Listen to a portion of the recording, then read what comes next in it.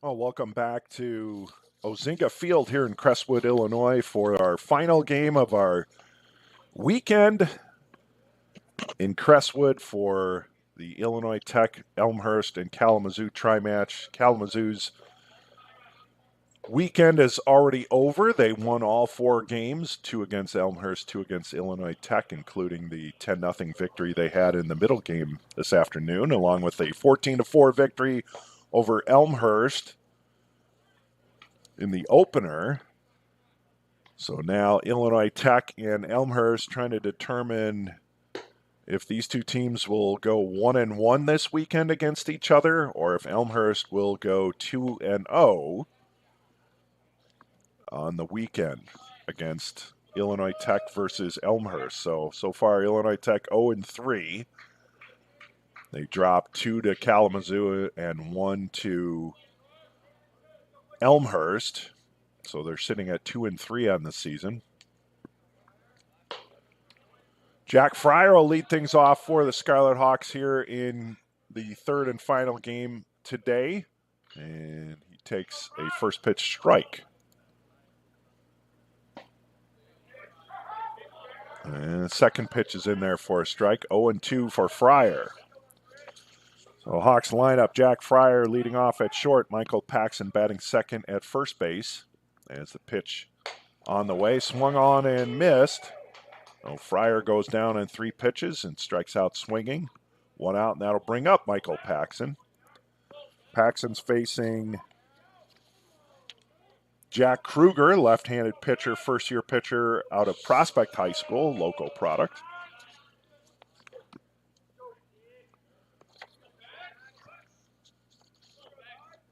First pitch to Paxson, swung on and missed, 0-1. So again, Fryer leading off, playing short, Paxson batting second at first.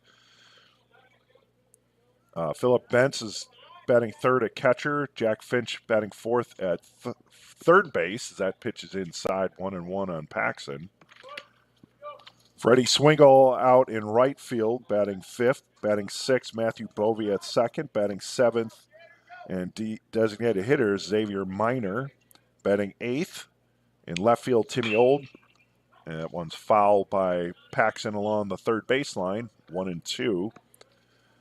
Batting ninth in center field, Luke Yaknin. And pitching for the Scarlet Hawks, Alex Lazis. On the mound for Elmhurst, Jack Kruger, as I mentioned, as that pitch goes outside. The count goes to 2-2 on Paxson.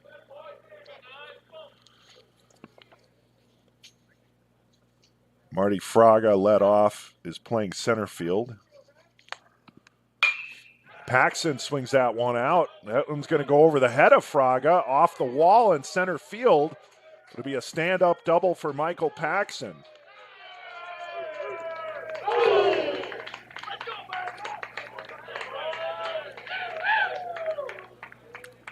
So Paxson on at second with 1 out.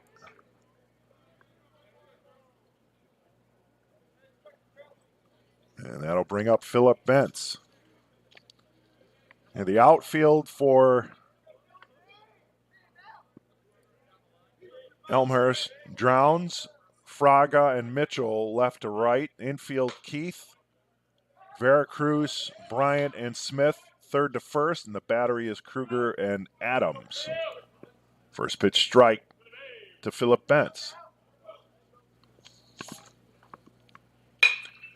Second pitch swung on out to right center.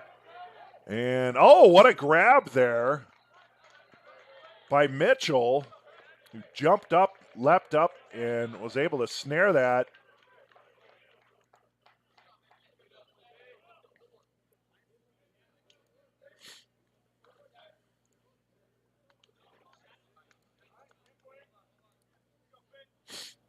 I got to refresh this here as Paxson moves over to third with 2 outs now.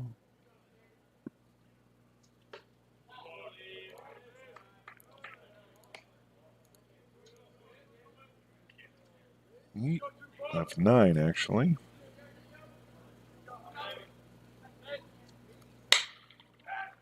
A bouncer, or actually fly out to left field by Finch.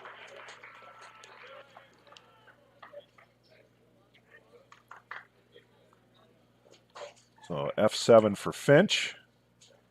And that'll do it for the Scarlet Hawks here in the first inning. 1 hit, no runs, 1 runner left on base. We'll go to the top of the second inning. No score. Illinois Tech versus Elmhurst.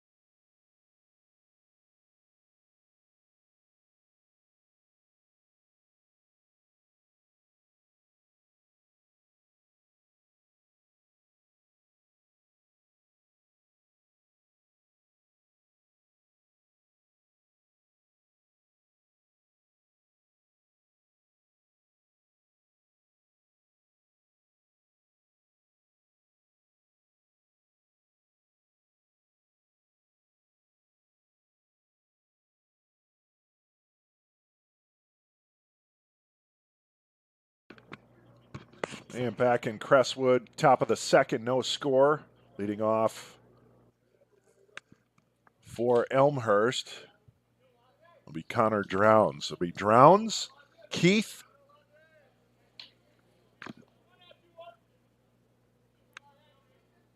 and I don't have a 45.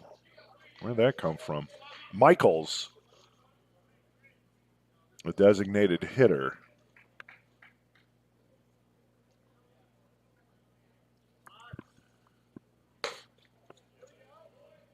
Two 0 the count on Drowns.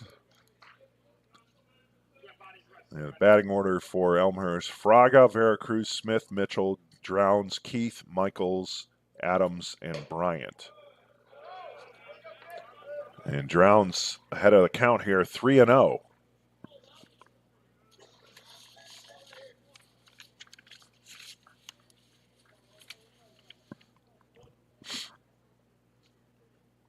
.30 pitch from Lazis, in there for a strike, 3-1.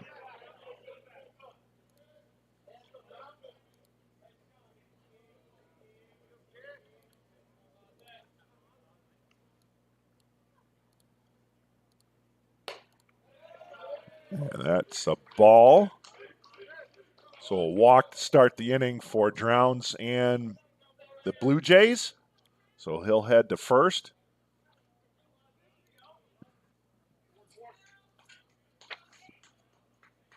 And Calvin Keith steps up to the plate.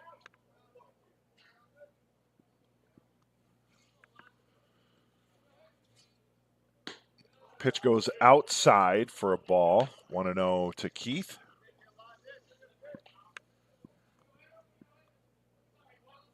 Michaels on deck, designated hitter for Elmhurst.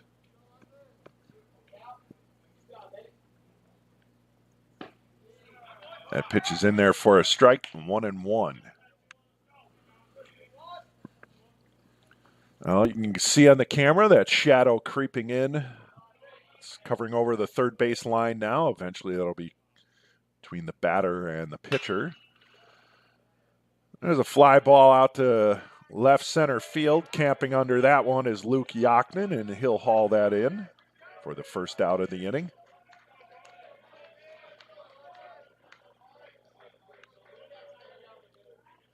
So 1 out. Runner still on first in Drowns, and Michaels to bat.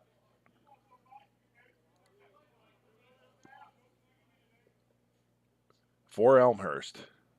First pitch is down low, ball 1.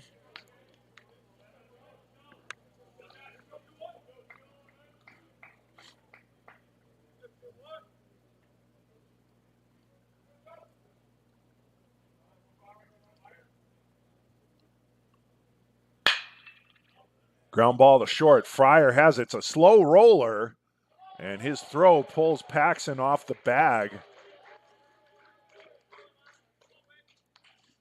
Not sure he would have had him. Not that Michaels was a fast runner, but we'll give them the hit.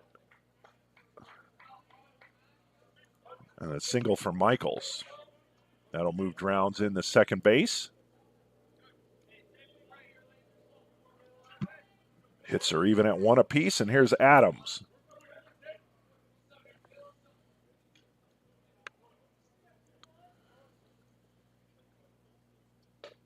That one inside almost clipped Adams. Want to know the count.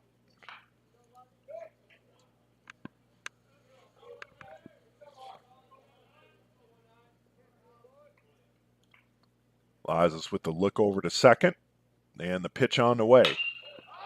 Fly ball, pop fly out to center field. Yaknin's calling for it, and he'll grab it. Drowns faked like he was going to third, then stepped back, drew the throw. Always a good move.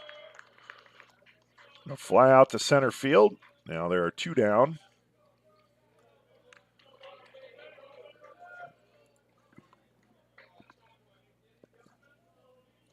And the 9-hitter in the order for Elmhurst is Logan Bryant.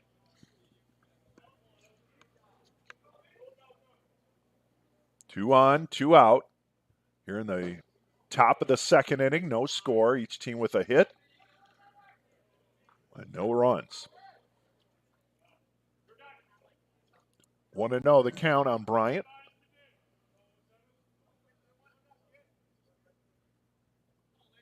Second pitch, outside, 2-0.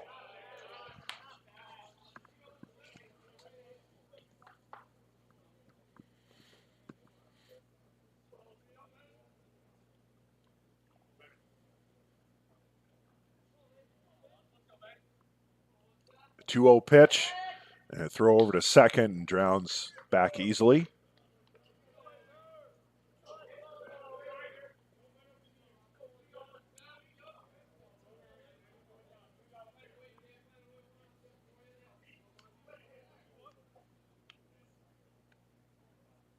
Now the pitch from Lazas. That tails outside, 3-0. Bryant gets on. That'll move the Blue Jays back to the top of the order. And Marty Fraga.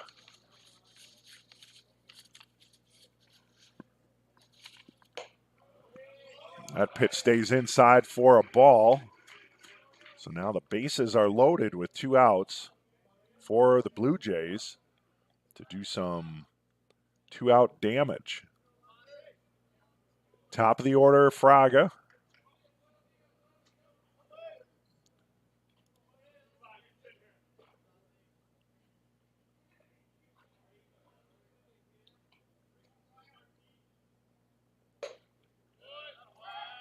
That first pitch is in there for a strike.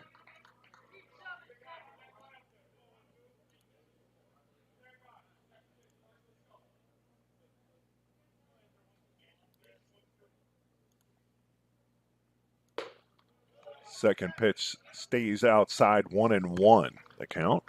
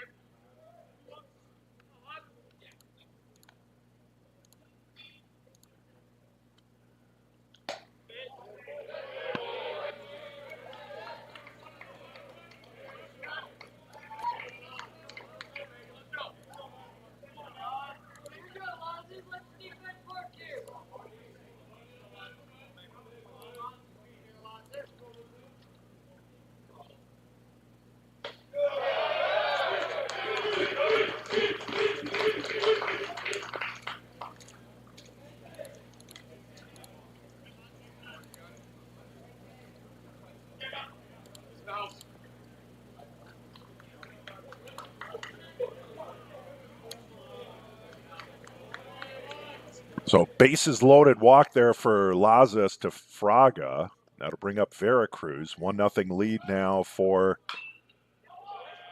the Blue Jays as Veracruz fouls that one off.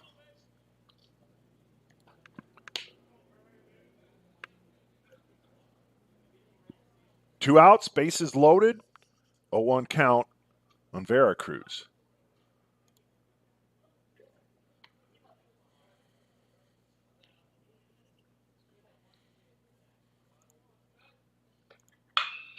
Line drive past the third baseman Finch into left field. 2 runners are scored. They're going to send the runner from first, and he's going to come all the way home into third base. Goes Veracruz.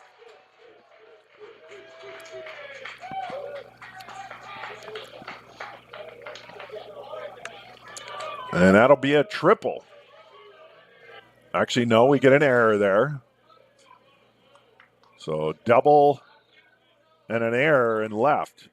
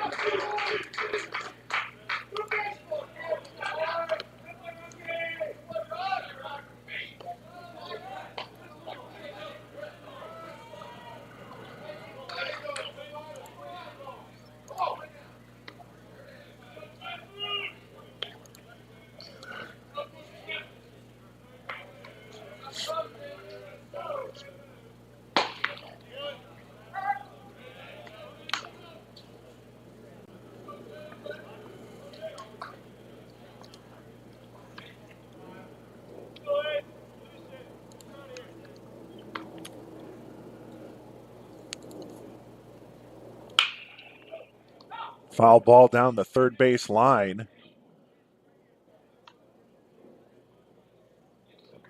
So Elmhurst now staked out to a 5-0 lead after that double and error by Veracruz. Drove in 3 runs, and then a single there by Smith to drive in Veracruz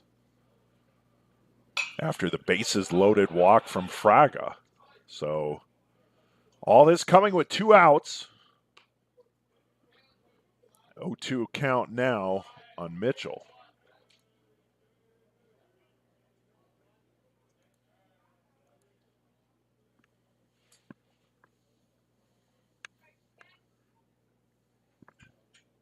The 0-2 pitch. Bouncer up the middle. That's going to go to second base where Matthew Bovey will field it and make the unassisted put out at second base.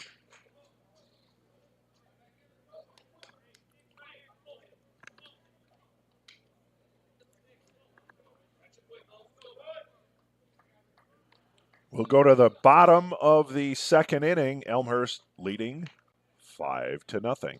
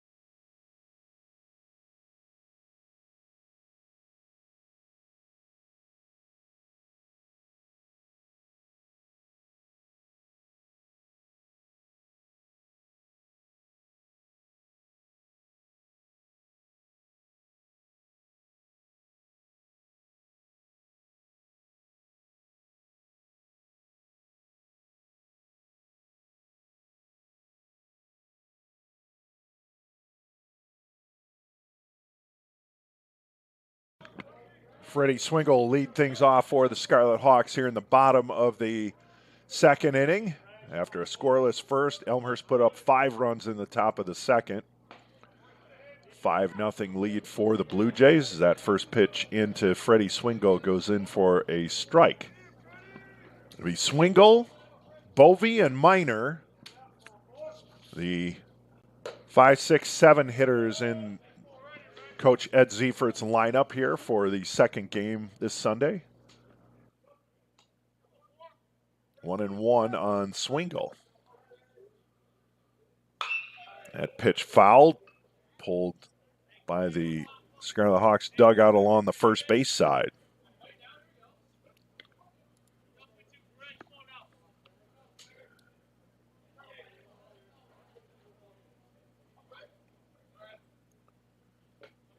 That ball low into the turf, 2-2.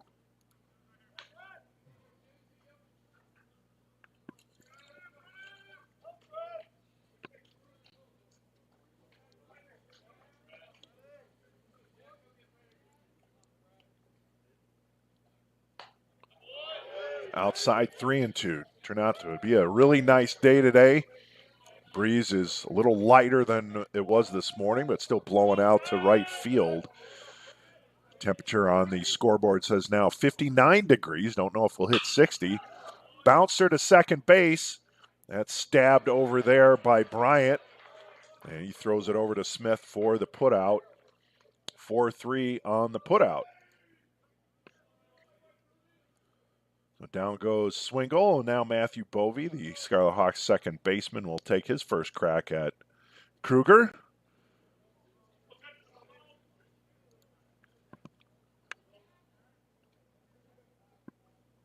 And the first pitch he sees is in there for a strike, 0-1.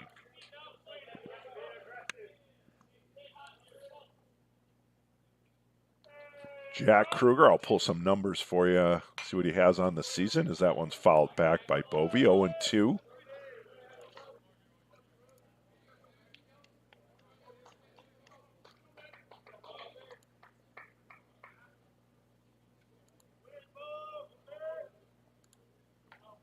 That ball's low, 1-2 is the count now.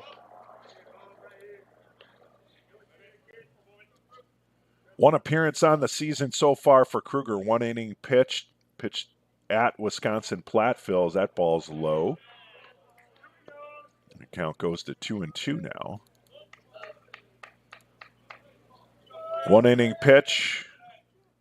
Gave up a hit, no runs, a wild pitch. Faced 4 batters.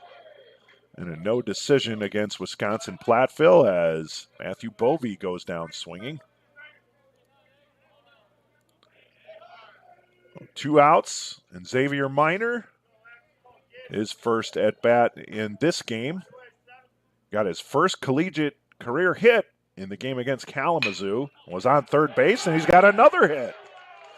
So Xavier Minor, back-to-back hits.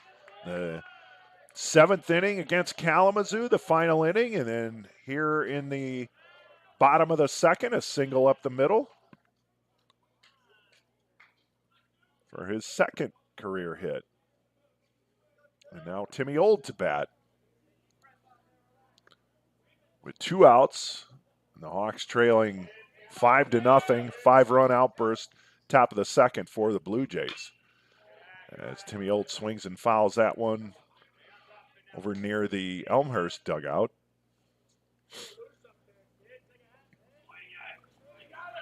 Oh and 1.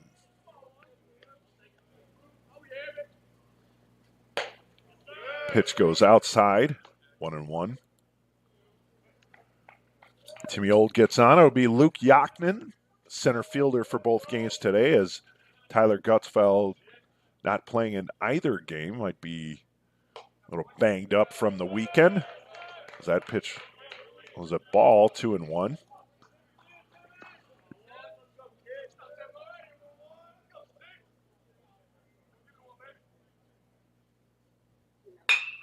Line drive, Timmy Old. Oh, and that's snared at short. What a play by Veracruz on the liner. He went up the ladder to grab that one. Timmy Old with a good contact there, but nothing doing. No runs, 1 hit, no errors, 1 runner left on base. We'll go to the top of the third here in Crestwood. Illinois Tech trails 5-0.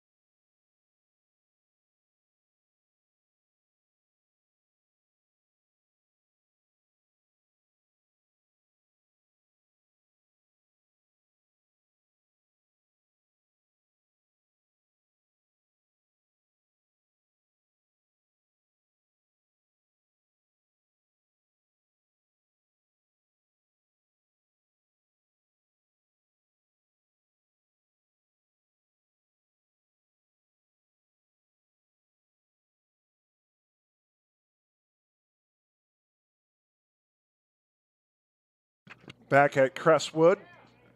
In Crestwood. As we go to the top of the third inning, Elmhurst holding on to a 5-0 lead, 5-3-0 for the Blue Jays, 0-2-1 for the Scarlet Hawks, and a new pitcher on the mound for the Scarlet Hawks here to start out the top of the third. As it's Gabe Kotwasinski making his second appearance. He pitched against Monmouth last Sunday. 2/3 of an inning, he had one strikeout. His first pitch in here is a strike to Drowns.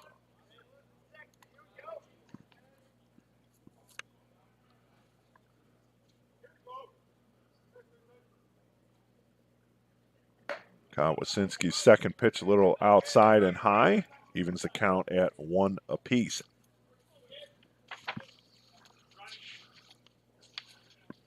Kotwasinski.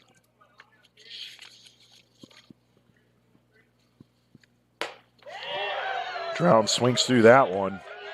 Falls behind the count 1-2. 6'3" freshman from Cicero, Illinois. Went to Fenwick High School.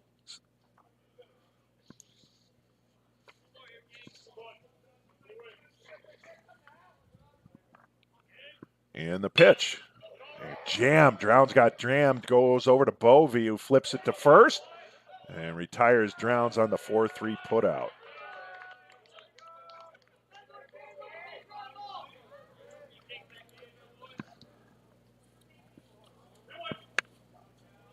And Calvin Keith, the batter.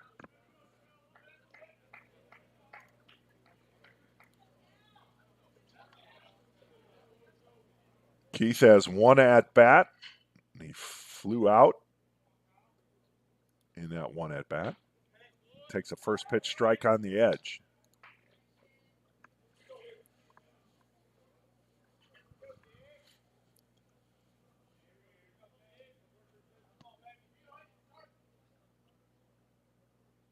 Kotwasinski's next offering goes outside. 1-1.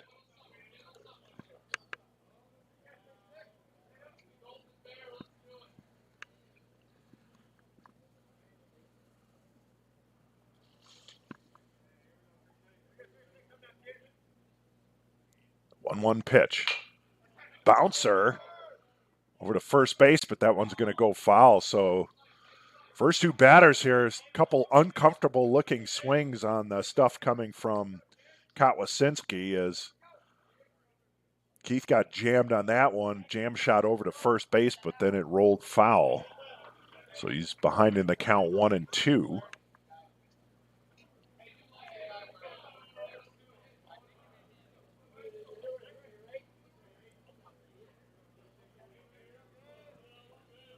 And the 1-2 pitch on the way. And it catches him on the edge, looking. So Keith goes down, and Michael's the batter with 2 outs now here in the top of the third.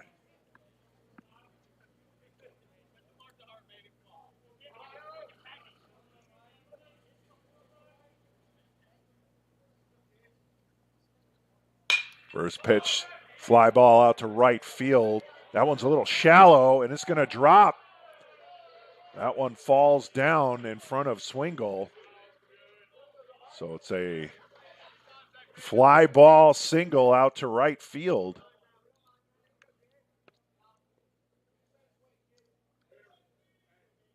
For Michaels. 2 out. Runner on first base for the Blue Jays.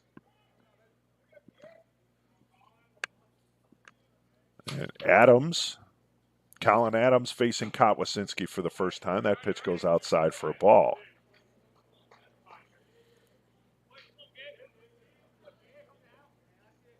Adams flew out in his first at bat.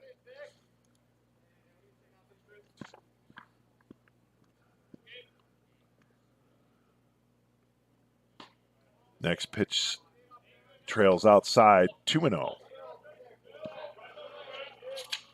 If Adams gets on, the number 9 hitter Logan Bryant, second baseman, will be up next.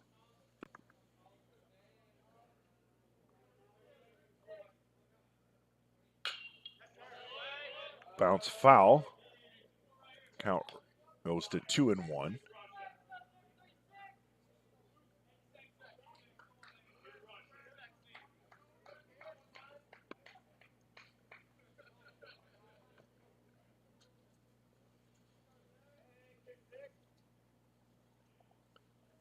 Two-one pitch from Kotwasinski on the way.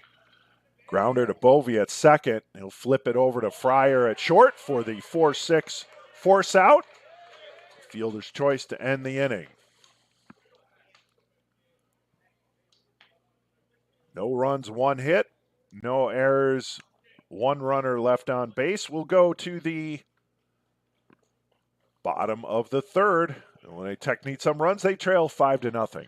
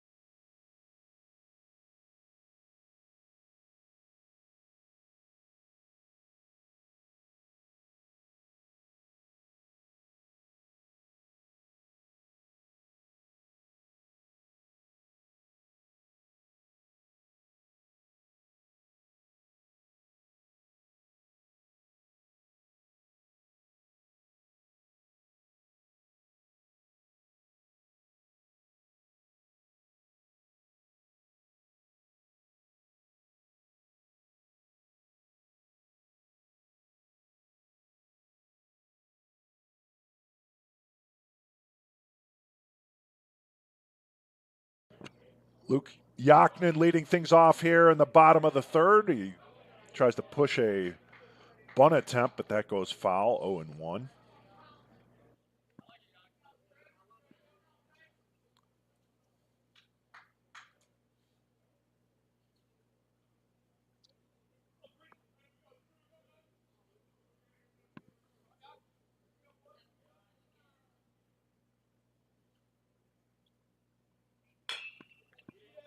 A bouncer foul on the third base side, 0-2.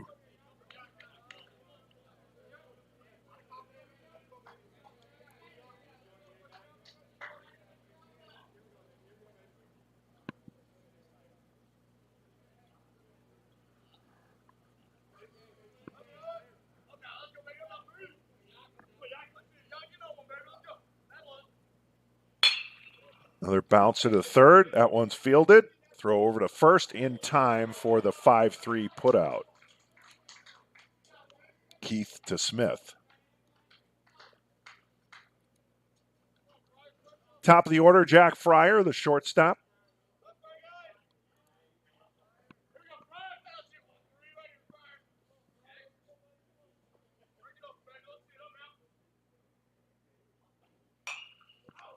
Fryer fouls that one back.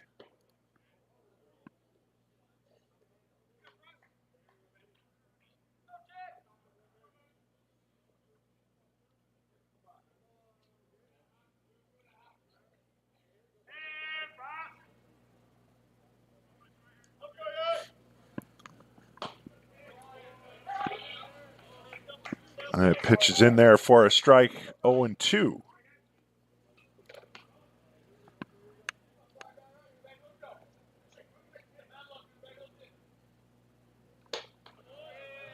going, goes outside 1-2.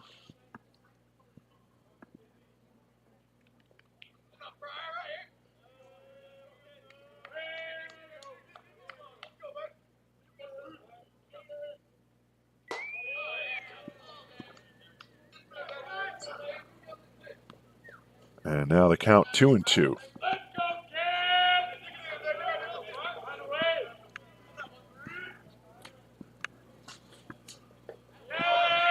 I thought Fryer got hit on that one, but just inside. And then the count was 0-2, and now it goes full 3-2 on the Hawks shortstop.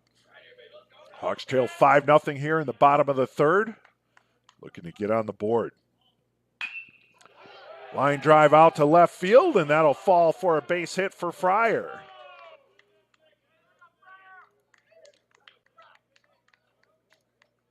So Fryer with the hit. Now bring up Michael Paxson.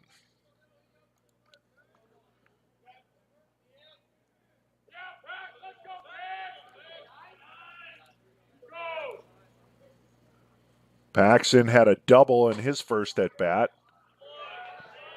And that pitch from Kruger tails outside 1-0.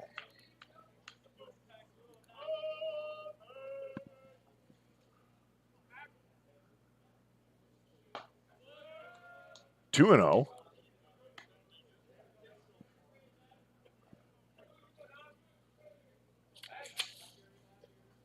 Philip Bentz, catcher, will be after Paxson, assuming this inning continues. Paxson fouls that one back, 2-1.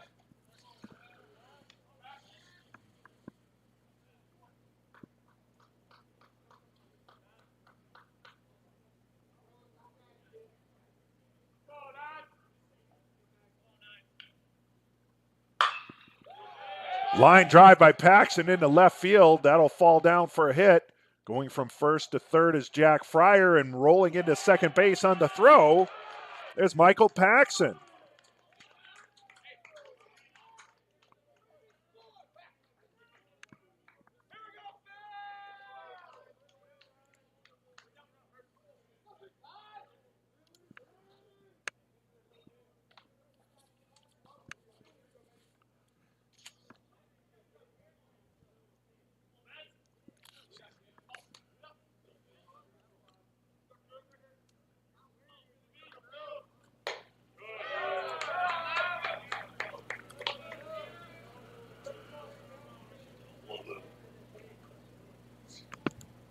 One 1-0 count now to Bentz with runners on second and third for the Scarlet Hawks. That next pitch is a ball, 2-0.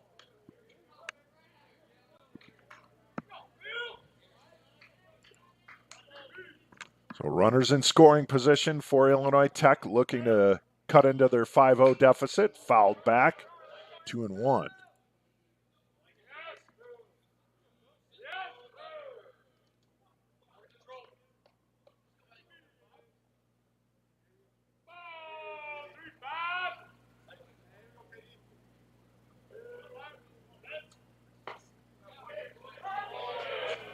That one catches the inner part of the plate, and the count evens up at 2. Bentz looking to drive in a run or two here as that one bounces in. Nice stop. Adams didn't know where it was, but it stopped right in front of him there. He saved that one from going to the backstop, allowing Fryer to score from third. Full count, 3-2, 1 out. Runners on second and third. 3-2 pitch, singled up the middle by Bentz, and that'll drive in both base runners. They cut off the throw, and they throw it to second base, but the throw was just wide, so moving into second base was Bentz.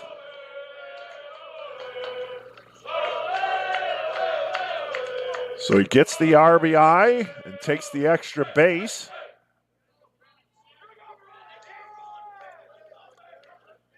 Single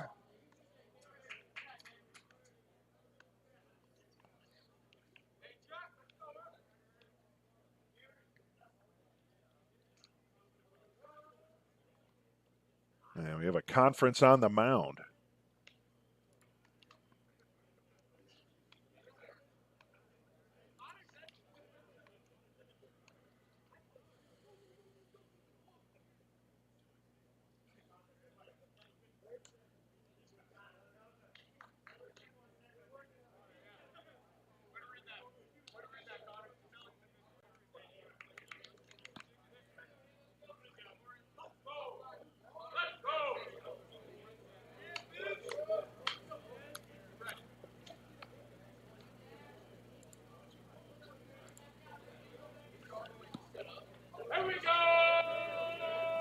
A runner on second base, 2 runs in for the Scarlet Hawks and 1 out.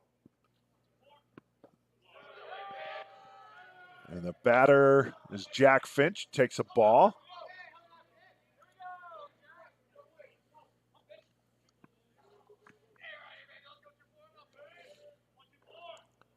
Second pitch goes outside, 2-0. So some first signs of trouble for Jack Kruger here as he's let in a pair and not out of the woods yet. That ball tails outside and the count goes to 3-0 on Finch. Freddie Swingle, the 5-hitter, will be up next. Hawks trying to chip away. And way outside, ball 4. And that puts runners on first and second with 1 out.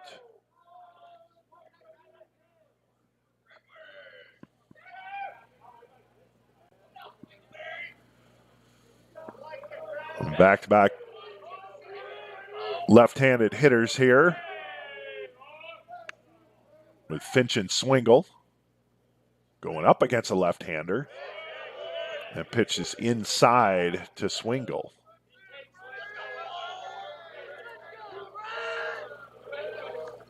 There's signs of life from the Hawks dugout as they haven't had a whole lot to cheer about this Sunday afternoon. As that pitch is a strike on the outside portion of the plate, 1-1. They were shut out against Kalamazoo in the middle game. And they were shut out up until this bottom half of the third, and they pushed across 2 runs. And pitch outside, 2-1.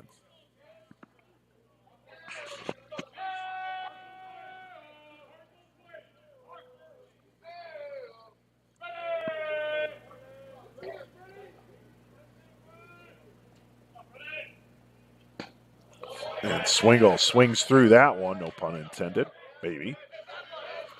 2-2.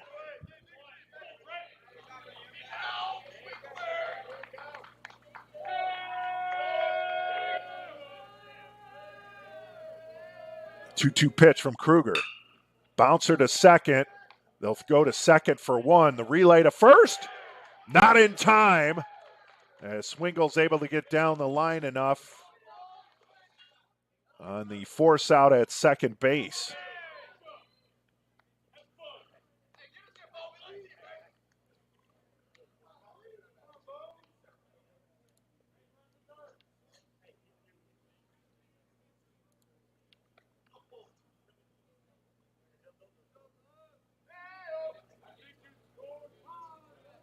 Bentz moved into third.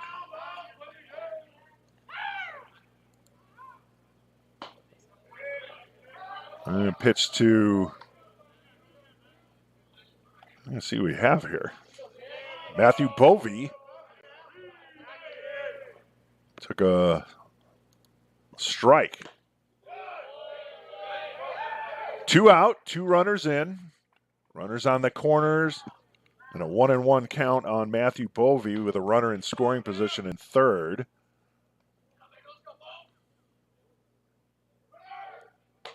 Steal attempt going down to second base. And they get him. Well, Swingle's thrown out. Gotcha. The run does not count.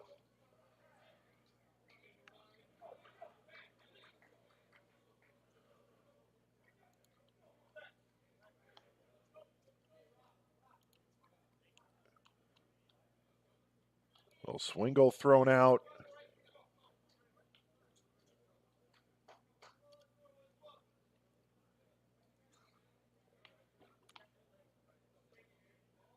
At second base on the steal attempt. But the Hawks get 2 runs in that inning on 3 hits, 1 error. And no runners left on base. We'll go to the top of the 4th inning. Illinois Tech now trails 5-2.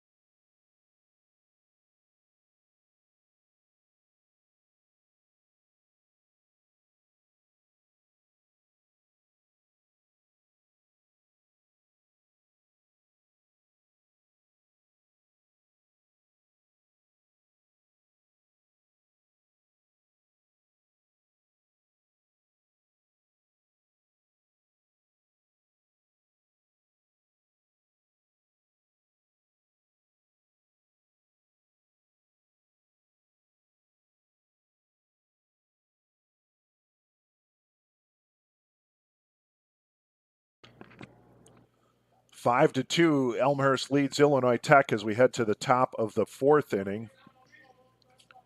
For Elmhurst, it'll be Bryant, the 9-hitter, then back to the top of the order, and Fraga and Veracruz. As they look to get those runs back that the Scarlet Hawks scored in the bottom of the 3rd inning. There's a fly out to deep center field. That one keeps going, and it's gone. A home run for Logan Bryant on the first pitch that he sees, and it clears the yard. A home run for Elmhurst, and they get one of those runs back right away. It's now 6-2 Blue Jays. Logan Bryant with the home run, and back to the top of the order for the Blue Jays in Marty Fraga.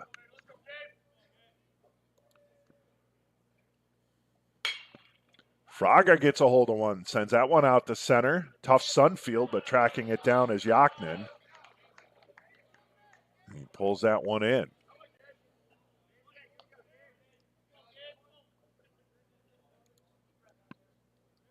One out. Veracruz the batter.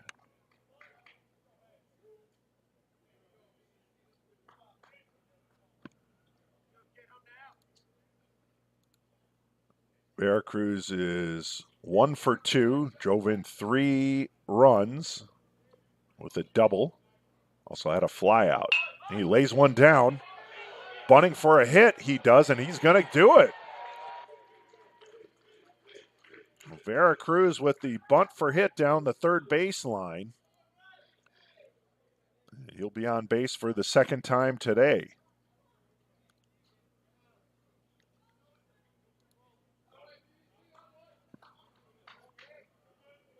One out, one on, 1 run in. 6-2 lead for Elmhurst here in the top of the 4th inning.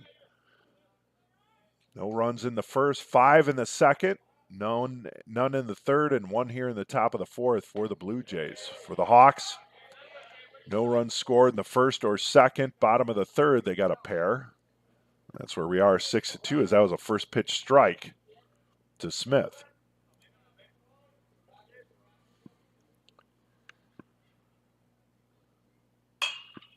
Kawasinski jammed Smith, but that's going to flare out to right field. So runners now on 1st and 2nd with 1 out. On the single to right field.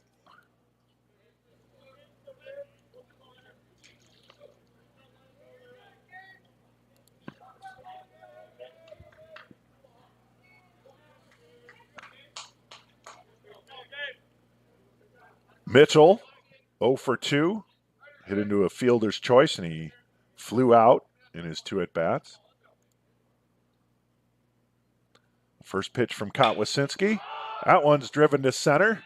Shallow center. Yaknin has a beat on it, and he hauls it in. He makes the throw over to third, and no advancement there from Veracruz.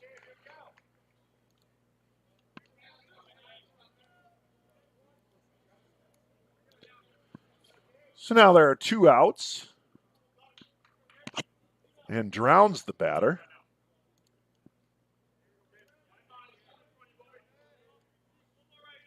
One at bat. He has a run, drew a walk, and he also has a ground out. First pitch, ball.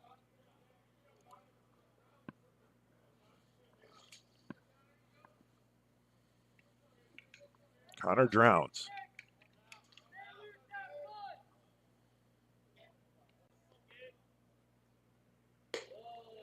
Pitch outside, 2-0.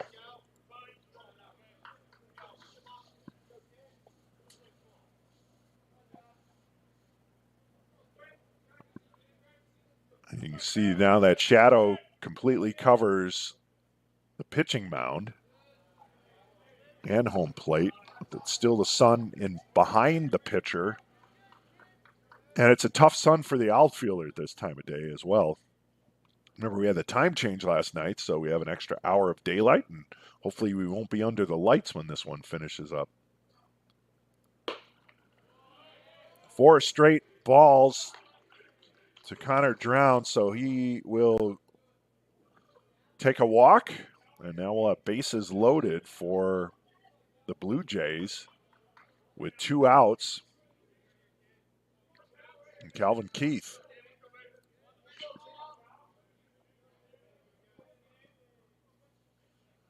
Kotwasinski has his sign. The pitch on the way. That's in there for a strike. Benz had dropped the ball, but the umpire had followed through on it. And it's first pitch strike to Keith.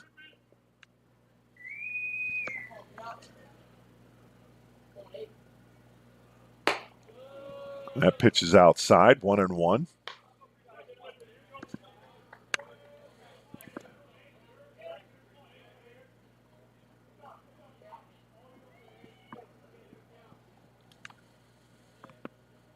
One pitch. That one's popped out. And it goes behind to the backstop and rolls off. 1-2.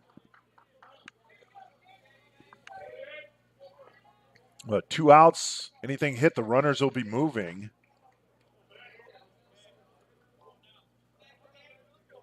So Kotwasinski ahead of the count here, 1-2. Let's see what the outcome's going to be. And a called third strike as Keith goes down looking. So that's how you end the threat here.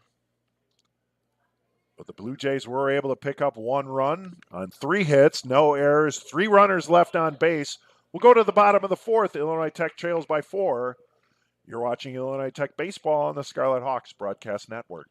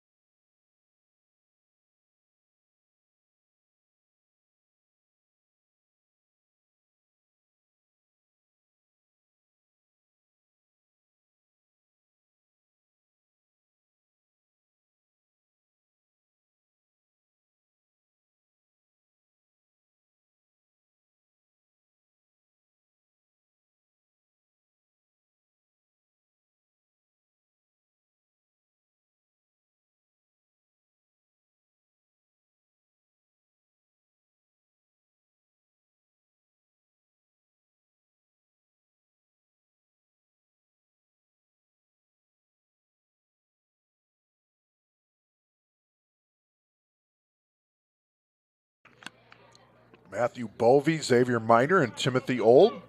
The 6, 7, and 8 hitters for the Scarlet Hawks here in the bottom of the fourth inning as they trail 6-2.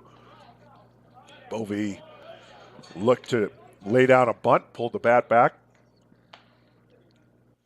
1-1 is the count.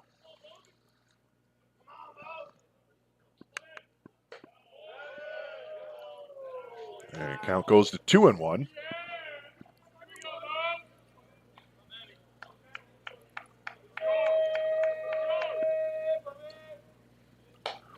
Bovey swings through that one, 2-2.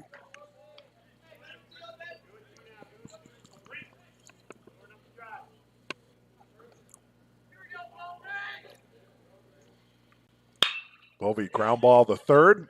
That's scooped up, long throw to first in time. Nice stretch there by Smith. The 5-3 put out from Keith to Smith. There's Xavier Miner. Miner had another hit in his last at bat. So back-to-back hits for the first-year player. That one inside. 1-0. Mentioned he got his first career collegiate hit in the 7th inning against Kalamazoo in the middle game today. He followed that up with another hit in his first at bat here. That one in there for a strike, evens the count at 1.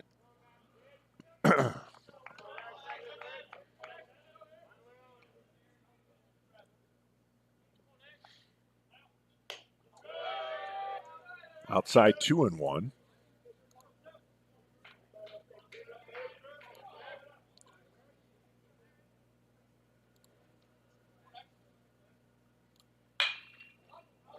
Miner fouls that one off on the right side.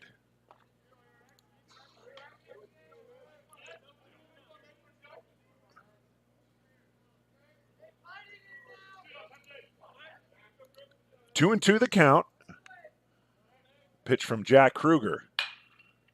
And Miner hits that one over on the right side. And that one lays foul. Count remains 2-2.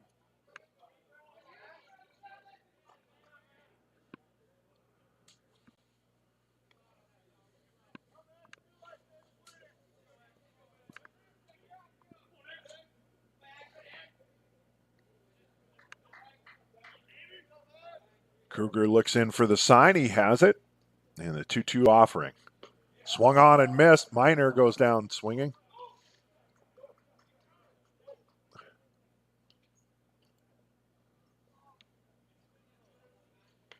So there's 2 outs, and Timothy Old, the batter.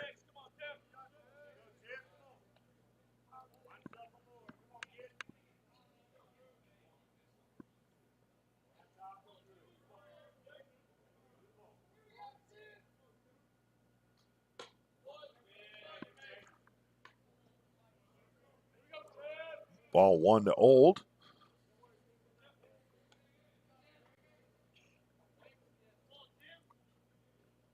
That one almost clipped Old, but he manages to contort out of the way for a 2-0 count.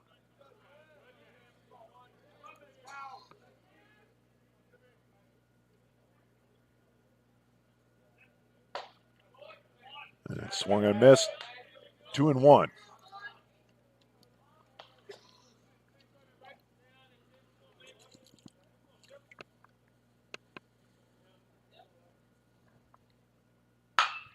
Bouncer up the middle, glove by Kruger. He'll run it over the first and the flip to Smith to retire Timmy Old and retire the side for the Scarlet Hawks in the bottom of the fourth. We'll go to the top of the 5th inning. Elmhurst leads Illinois Tech 6-2.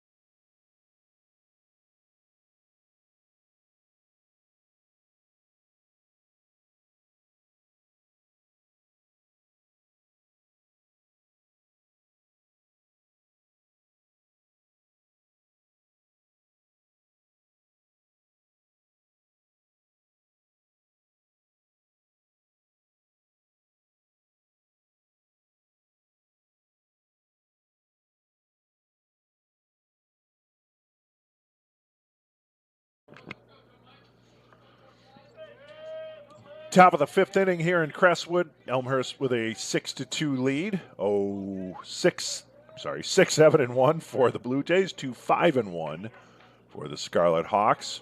It'll be Michaels, Adams, and Logan Bryant for the Blue Jays. Bryant of the solo home run in his last at bat. That's the first pitch strike to Michaels. So far for Kotwasinski, 2 innings pitched. He's allowed 4 hits, 1 walk, 2 strikeouts. A swing and a miss there by Michaels. He's faced 11 batters.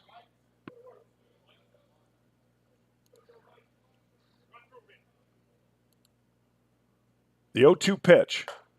That one stays just outside. Moves the count to 1-2.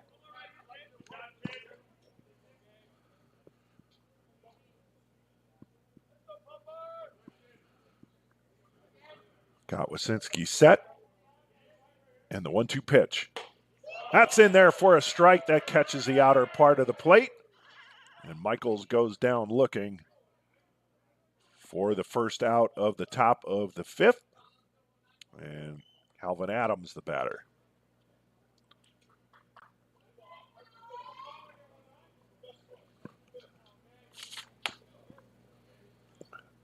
Am I wrong? It's Colin Adams. And Colin Adams fouls that one off to the right side.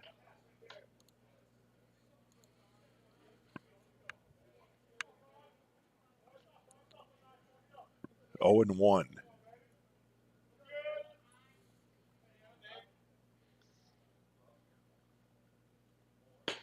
Swung on and missed.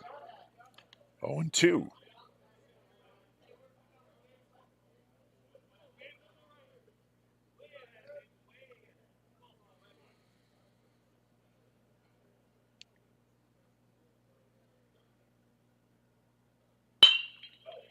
Bouncer to third. Finch fields it, throws over to first in time to Paxson for the 5-3 putout.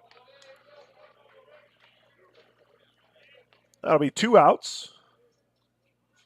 And Logan Bryant, the batter. And again, we mentioned he hit a solo home run his last time up, out to left center field.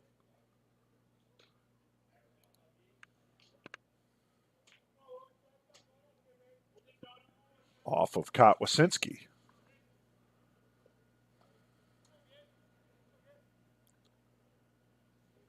First pitch paints the outside edge of the plate, 0 and 1.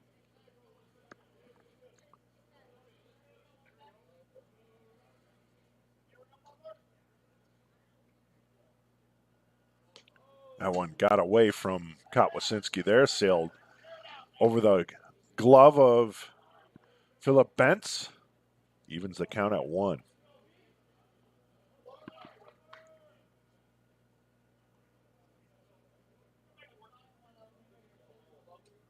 Here's the 1-1 offering. Outside, 2 and 1. I mentioned the Hawks. After this, they will not play again until they touch down in Florida at the end of the week.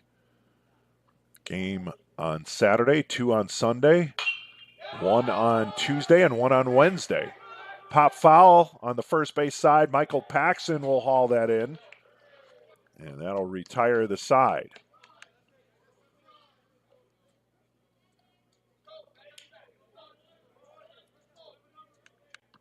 No runs, no hits, no errors, nobody left on base. We'll move to the bottom of the fifth inning. Illinois Tech trails Elmhurst 6-2.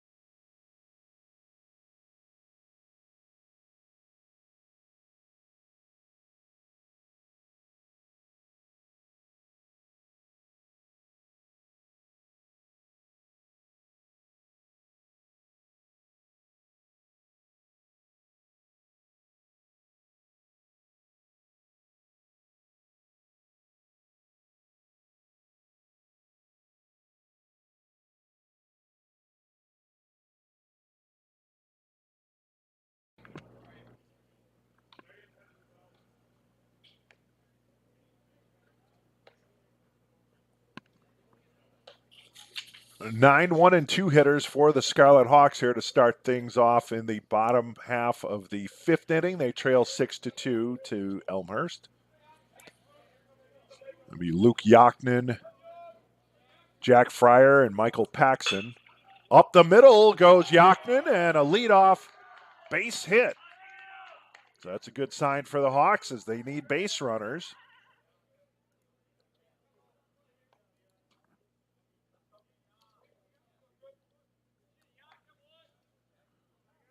That'll bring up Jack Fryer. So runner on first, nobody out for Illinois Tech. Trailing by 4 midway through this ball game. And Fryer ropes that one into left center. That one's going to fall and roll to the wall. Coming around from first to score will be Luke Yocknen, and rolling into second base with a stand-up double is Jack Fryer. First pitch swinging for him. And he gets the double.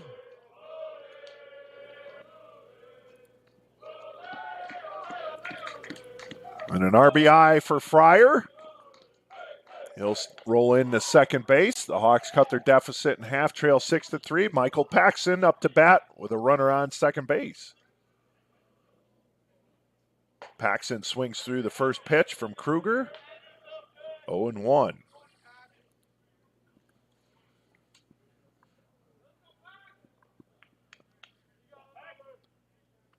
Kruger looks back Fryer, and the pitch to Paxson, who had to do the limbo there to escape getting a ball right at the waistline. 1-1.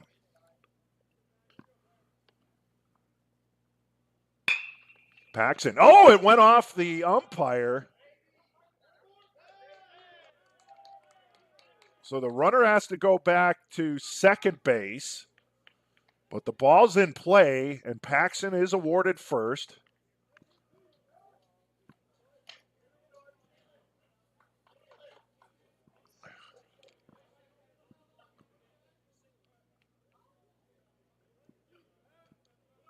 Oh, he gets a hit on the play.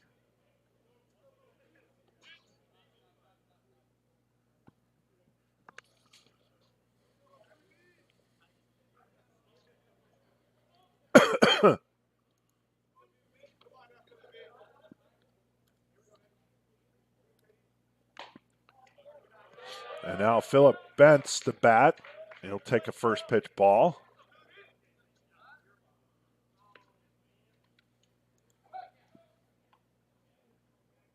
With 1 out, 2 on. Line drive to third base. Off the bat of Bentz, and a nice diving play to rob Bentz of that by Keith. There'll be 2 outs now. Still 2 runners on base. And Jack Finch, the batter. Third baseman for the Hawks. Chance to drive in a runner on second. And that one goes behind Finch. Adams does a good job of retrieving that one. 1-0 the count.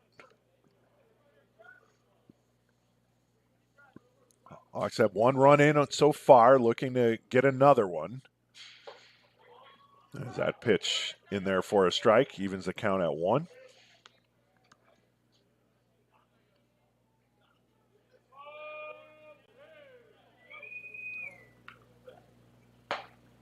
Finch swings through that one. The count goes to 1-2.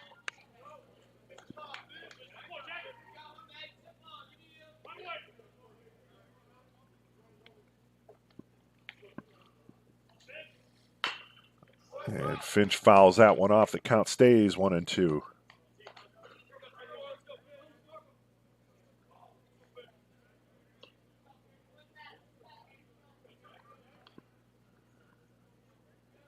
Two on, 2 out.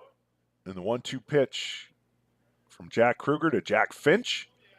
That one stays low, evens the count at 2.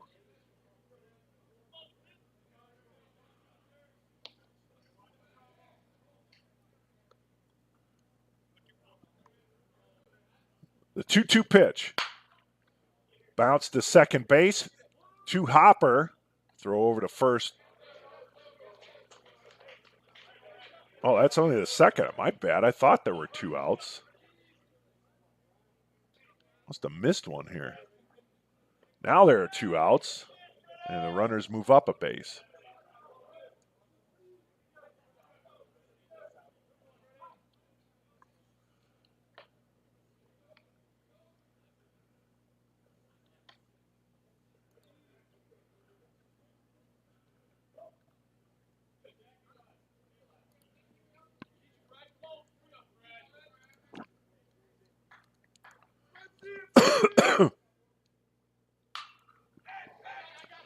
A popper from Freddie Swingle to the pitcher.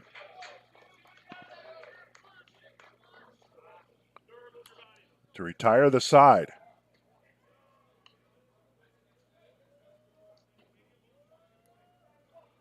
One run, 3 hits, no errors, 2 runners left on base. We will move to the top of the 6th inning. Illinois Tech cut their deficit in half. They now trail 6-3.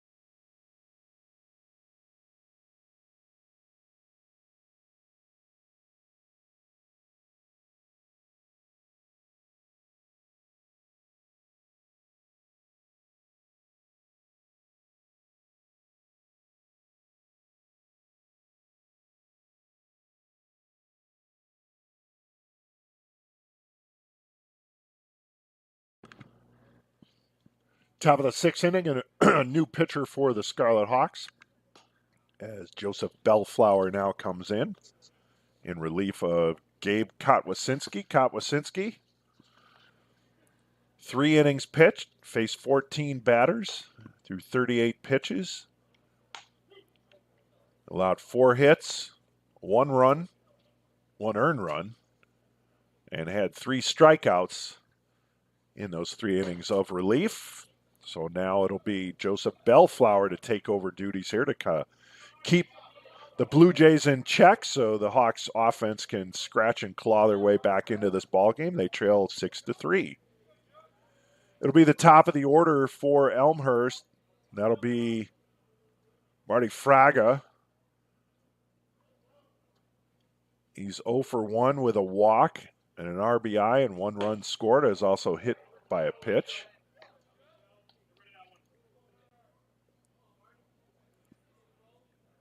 He takes ball 1. Top of the 6th. Here in Crestwood as that ball gets away from Bentz, 2-0. Yeah, it's been a nice Sunday here for early March. It tickled with 60 degrees, but I think we topped out at 59 as temperature's starting to cool down.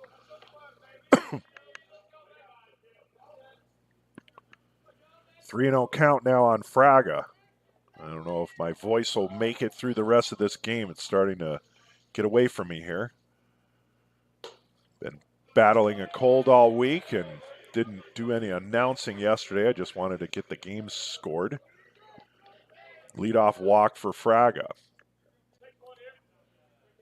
Did the second game between Illinois Tech and Kalamazoo, and now rolled into the third game here and testing the limits of my vocal capacity under duress. Don't cry for me. Here's Veracruz. And he sees a first pitch strike there, so that's the first strike offered by Bellflower. With a runner on first and nobody out. Second pitch from Bellflower, grounded to Fryer at short, flips it over to second, and they'll only get the one play. So a fielder's choice on the 6-4 putout for Veracruz.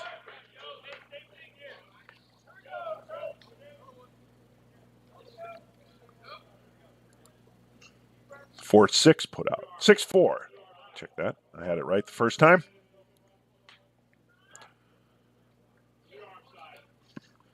Rocky Smith.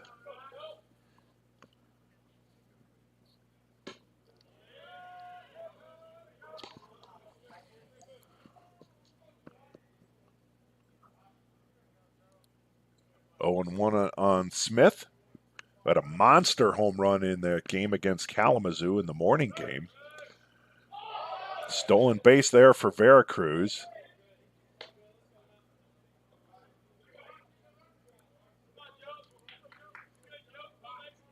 As I think he had that one stolen regardless if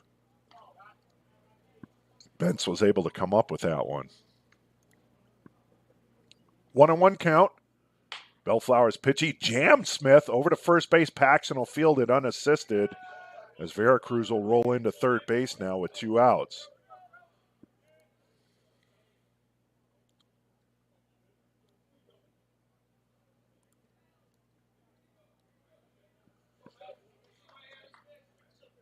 So 2 outs, runner on third. As Bellflower looking to get out of this inning unscathed. And keep the Hawks right within 3. As that pitch goes outside for ball 1.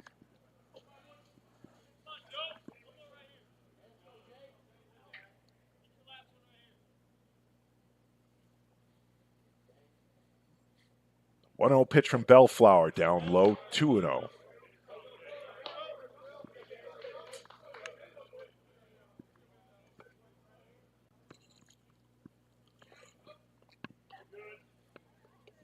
Lights are on here at Ozinga Field. Sun's still out. We're in that in-between mode. Swung on and missed. Foul tip. 2-1. I guess you can't swing on and miss if it's a foul tip.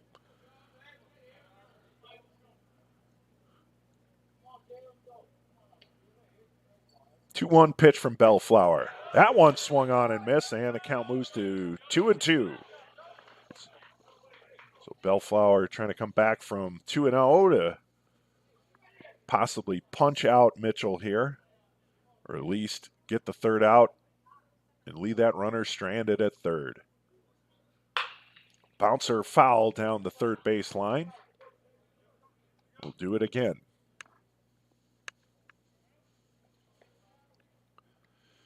Mentioned Elmhurst won in comeback fashion yesterday against Illinois Tech, 7-6. In the bottom of the ninth, they scored 3 runs, 2 to tie, and then the go-ahead run for the walk-off. Line drive to left field, and that run on third will score in Veracruz as Mitchell gets the 2-2 single into left field, bringing Veracruz around to score and picking up that run that the Hawks got back in the previous inning. So an RBI for Mitchell. And now it's a 7-3 lead for Elmhurst.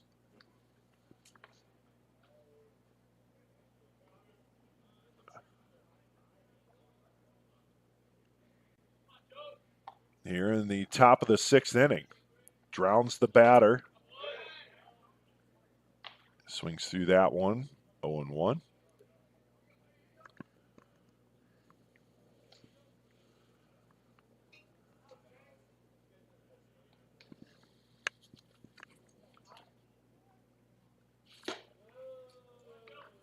Drowns takes that pitch outside, 1-1. 7-8-1 for the Blue Jays, 3-8-1 for Illinois Tech. Bouncer down the third base line. That's fielded by Jack Finch, but he's not going to have a play. He just has to put that one in his pocket as Connor Drowns gets down that line in a hurry with the infield single to third base. That'll move Mitchell into scoring position at second. And the batter,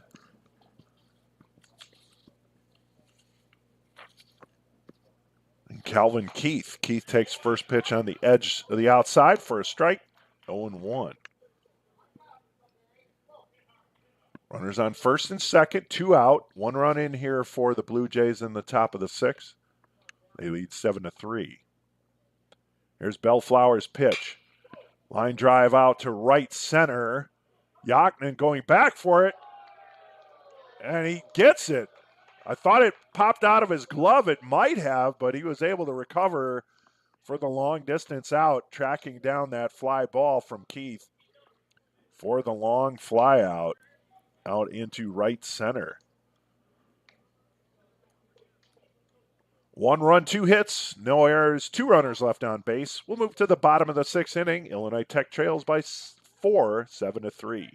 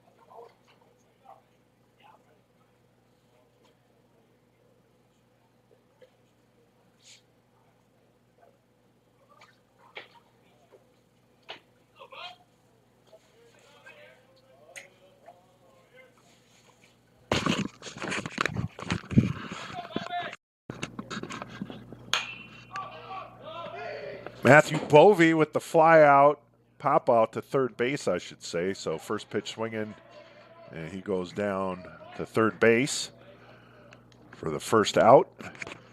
Xavier Minor will bat. Pitching change for Elmhurst is now in to pitch is Adam Nieves. First pitch ball to Minor. 1-0. Bouncer foul on the third baseline. Count goes to 1-1.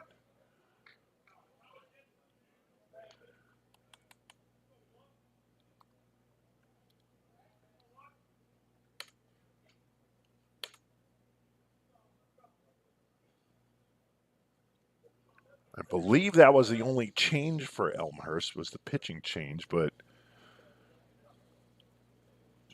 that ball is well outside. 2-1, but there was a long conversation between home plate umpire Jacob Fisher, or actually, no, not Fisher, and head coach Joe Heller in his second season. That one's flying out to right field. That one took a while to come down, but Mitchell is able to eventually track that one down for the second out of the inning. 2 outs and Timmy Old to bat.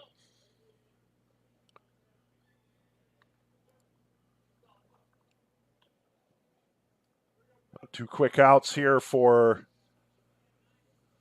Nieves.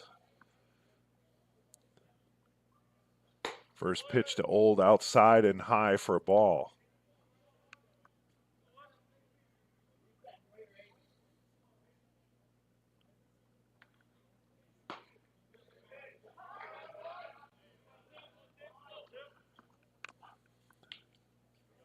Count even at 1.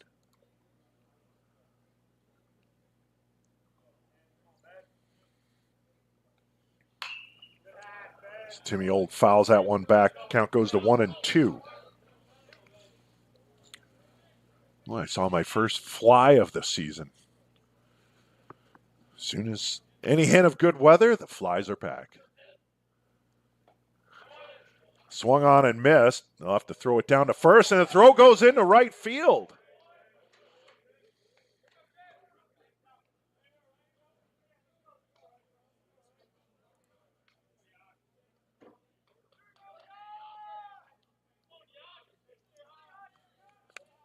So runner on first, and Luke Yaknin will come to bat.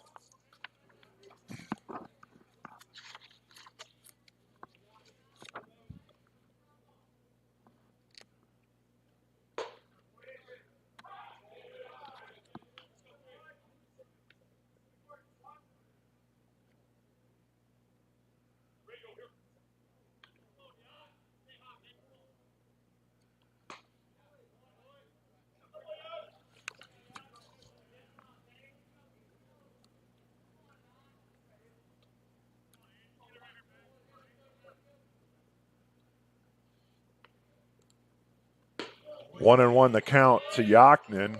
That one stays outside for a ball, 2-1. Timmy Old on at first base with 2 outs. Gets in on the drop third strike, the error. Down the line by the catcher Adams, and we get a balk. So that last pitch doesn't count. And then Timmy Old will move into second base on the balk.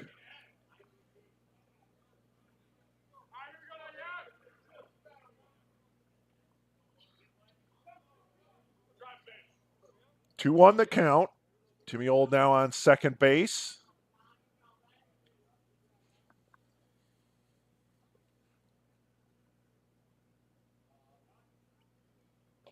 Yaknin lets that one go outside for a 3-1 count. After Yaknin, we'll be back to the top of the order and Jack Fryer.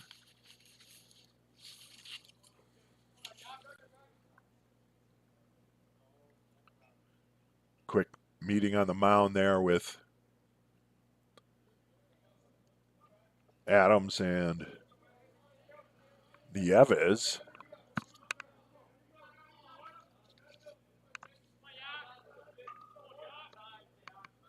The 3-1 pitch from Nieves, that one almost clipped Yaknin, who got out of the way to draw the walk ball for. Timmy Old will stay at second base, and now runners on first and second with 2 out, and Jack Fryer the batter. Hawks trailing by 4, trying to get that runner in scoring position home, and Timmy Old is Jack Fryer.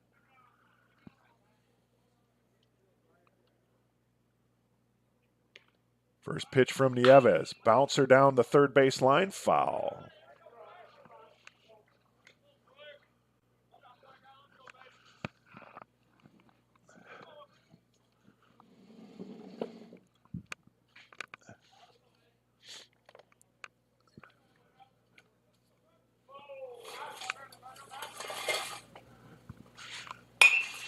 Fryer hits that one out to center field, lost in the sun for a moment, but able to track it down as Fraga for the third out of the inning on the fly out to center field. So the Hawks waste an opportunity to chip away at their deficit. We'll head to the top of the 7th inning. Illinois Tech trails 7-3 to Elmhurst.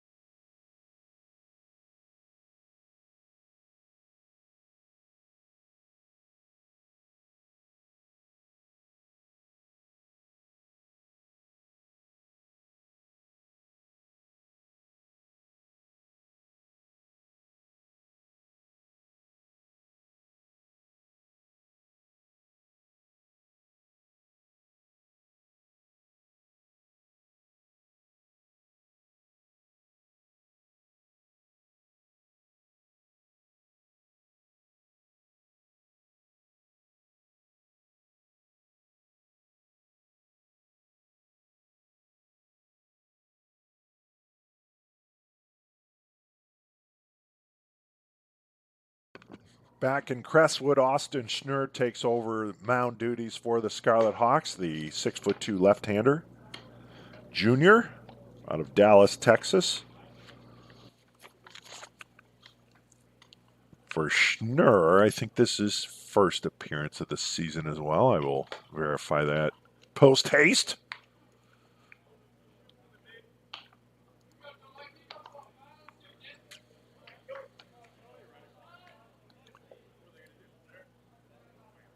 Yes, this is his first appearance of the 2025 campaign for Austin. And Michaels will be the batter. First pitch down low for a ball.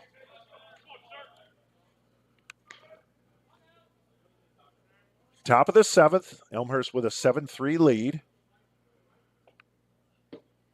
Ball 2. 2-0. 7-9-2 for Elmhurst, 3-8-1 for Illinois Tech.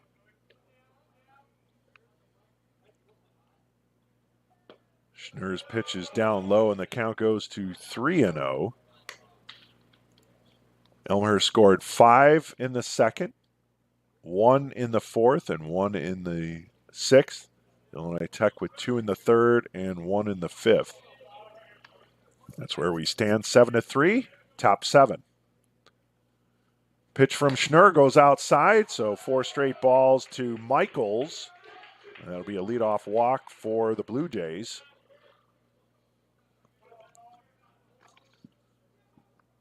Colin Adams, the catcher, batting. And we're going to get a pinch runner for Michaels. I believe that's number 33. That is Tommy Witchgers. So Witchgers running for Michaels at first base.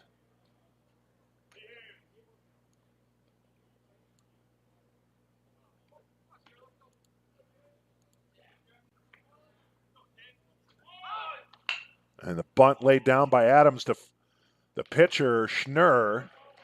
Didn't even bother looking at second, just went straight to 1. Not sure if he would have had a play, but did the safe play anyways. So the sacrifice bunt, 1-3 on the putout. And Witchers moves up to second base with 1 out.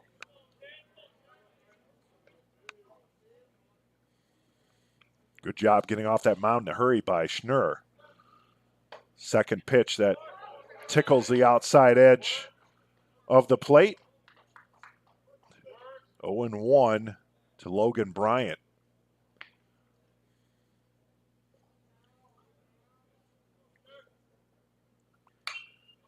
Next pitch fouled off to the backstop. Bellflower in his 1 inning of relief. Allowed 1 run, 1 earned, 2 hits, and 1 walk.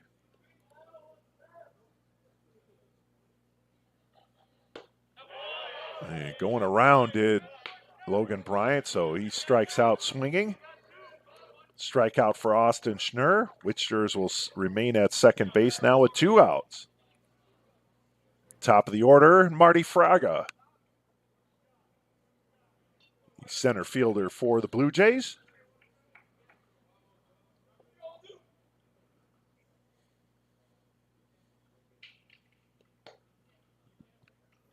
That one catches the outside edge. 0-1.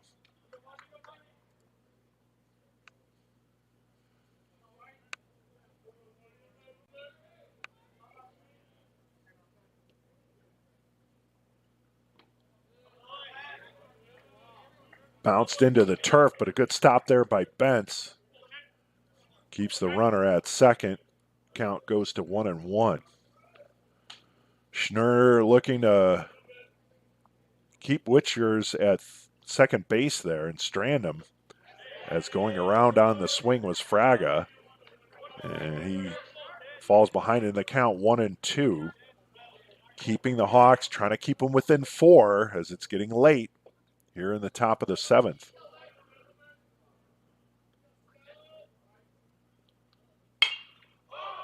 Fraga pushes that one over to shallow left field, and camping under it and making the play is Jack Fryer for the putout for the 3rd out of the inning. No runs, no hits, no errors, 1 runner left on base. We'll go to the bottom of the 7th inning. The Hawks need some runs. They trail 7-3.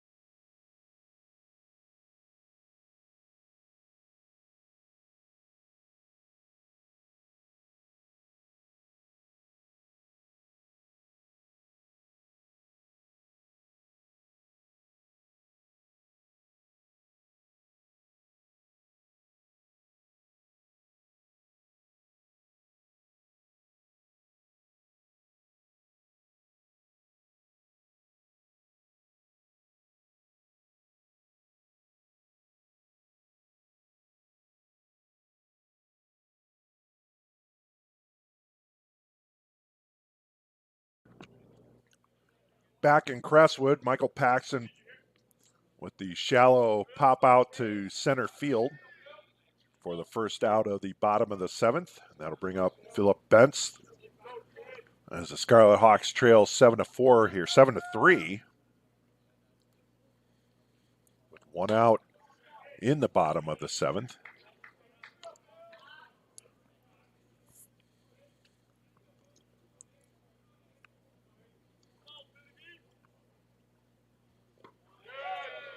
The pitch bounces in front of the plate there.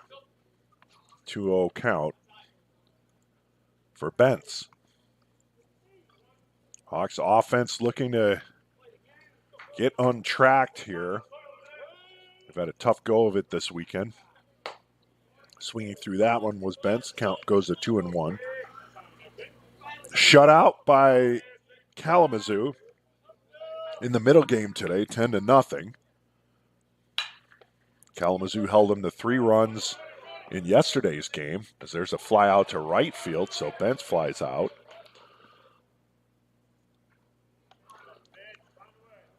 And they're holding right now with 3 runs against Elmhurst. They did score 6 runs against the Blue Jays in the opening game yesterday, the 10 a.m. game. And they had a 6-4 lead in that bottom of the ninth, but the Blue Jays came back with 3 runs to win in walk-off fashion. As Finch swings through that first offering from Nieves. Falls behind the count 0-1. Bouncer between short and third base, and Finch will get a 2-out single. And hopefully the Hawks can do something to rally here.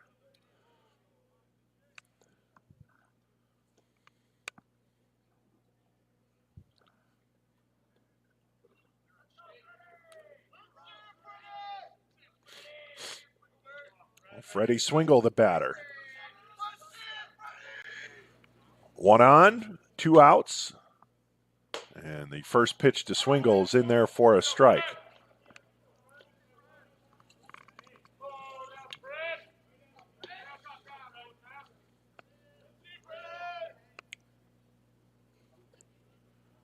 Second pitch swung on and missed. Swingle behind in the account, behind in the count, 0-2, easy for me to say.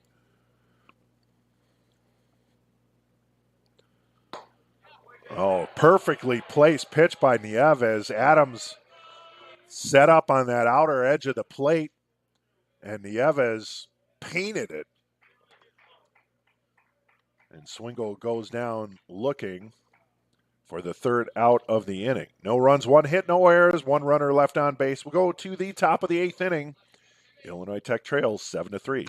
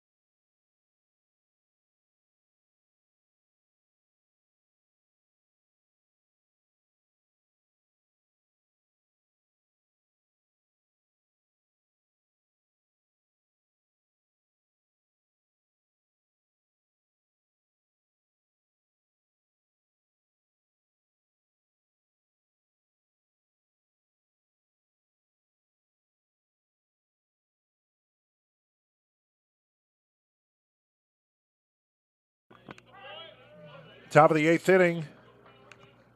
Leading off for the Blue Jays, shortstop Brett Veracruz.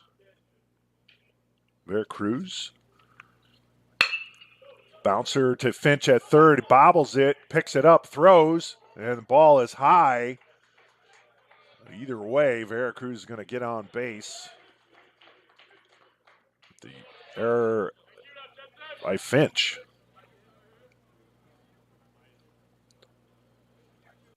New pitcher for the Scarlet Hawks as Ethan Jensen comes in place of Austin Schnurr, who had a good inning.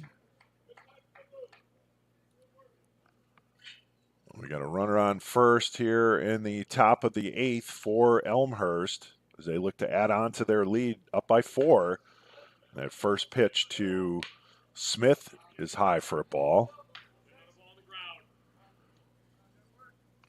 Pitching coach Ryan Cantlin telling Jensen to keep that ball on the ground, keep it out of the air, especially to Rock Smith, who had a big jack in the game against Kalamazoo as that one sails away. 2-0 to Smith.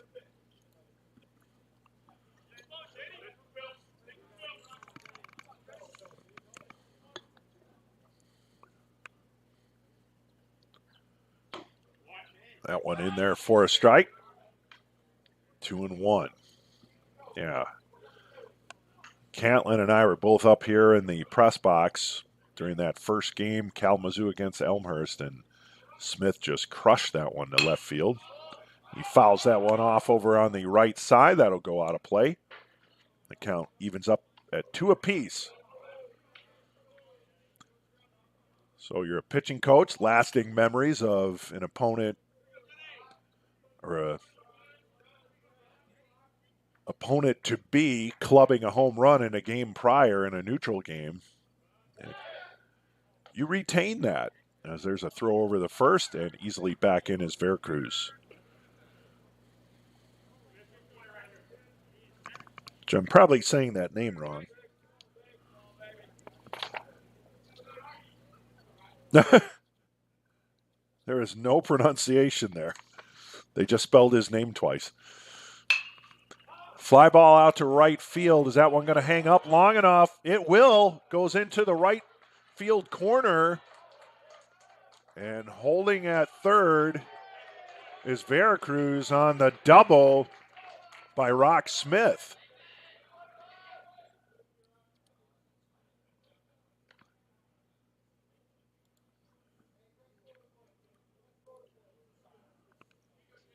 Not terribly clubbed by Smith, but Timmy Old was all the way swung over towards center field. He had a long way to go. They had to track that one down.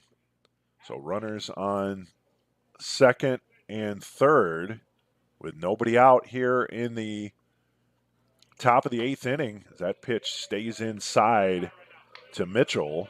Ball 1 on Jaden Mitchell.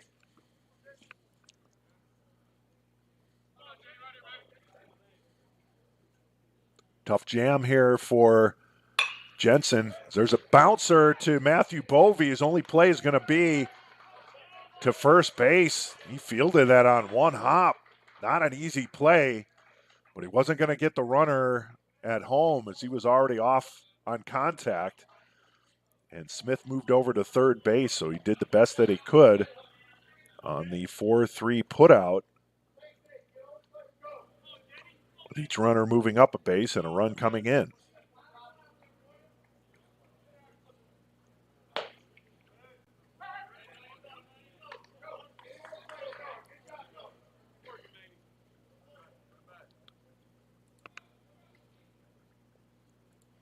There's Drowns with a strike, 0-1. Jensen's neck pitch grounder to Bovey. Fields it. He's going to go home this time, but a bouncing throw. Doesn't get it.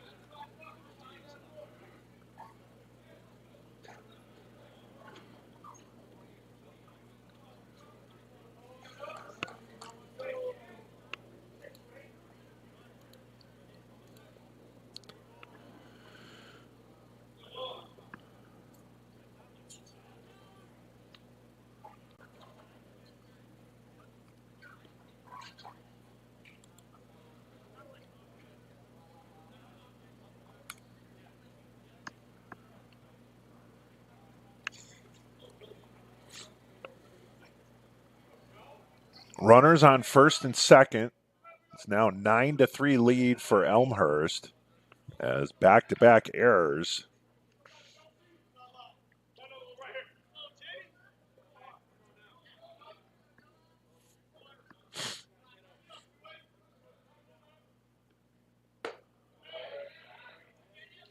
And ball one.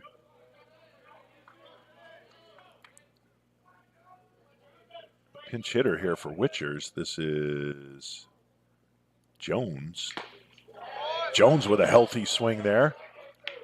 Count goes to 1-1.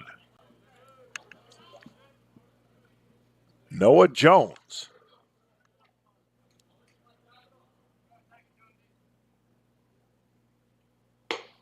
Takes a ball outside. 1 out. Runners on first and second. 2 runs in the inning. 6-run lead for Elmhurst, 9-3 in the top of the 8th.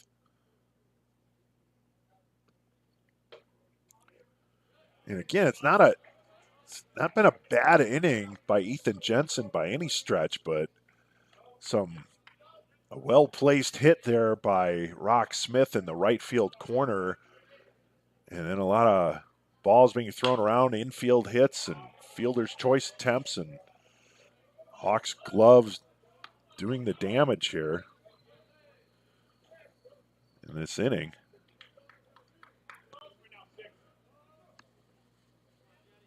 That ball fouled off.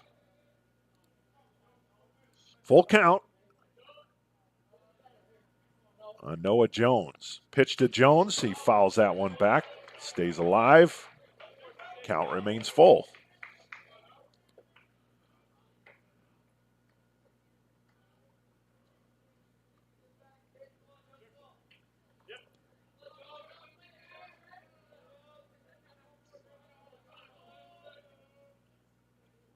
Runner's going. That ball goes outside for ball 4.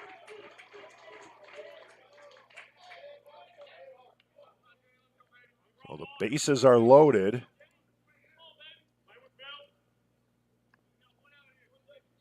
And here's the catcher, Colin Adams. 1 out, bases loaded, 2 runs in. Jensen's pitch is in there for a strike. Hawks cannot afford, well, they couldn't afford to give up the 2 that they already did, but they definitely can't afford to give up any more here as we're down to the late stages of this game, trailing by 6 now. Fouled back, 0-2 on Adams. But give credit where credit's due. This Elmhurst team been very opportunistic, getting on base, driving themselves in or forcing the Hawks defense to make plays and scoring when they don't. That pitch almost sailed away from Bentz, but he was able to grab that one, and count goes to 1-2 on Adams.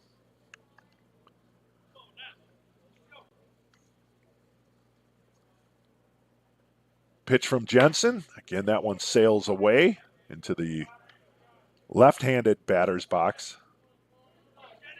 The count evens up at 2.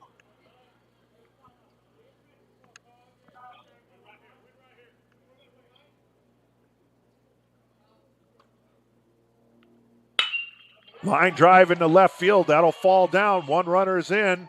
Second runner trying to score. The throw is cut off. And it's a 2 RBI single for Adams into left field.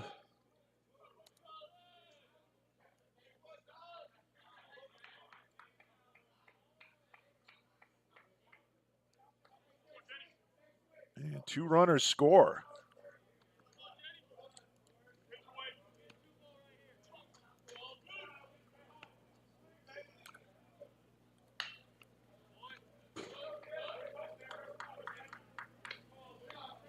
Two RBI, and now Logan Bryant. 2 more runs across for Elmhurst. Now they've opened up an 11-3 lead. Bouncer to third base. Finch gloves it, steps on third for 1 to throw to first. And they're going to say just missed him. Good effort there by Finch. But on the fielder's choice.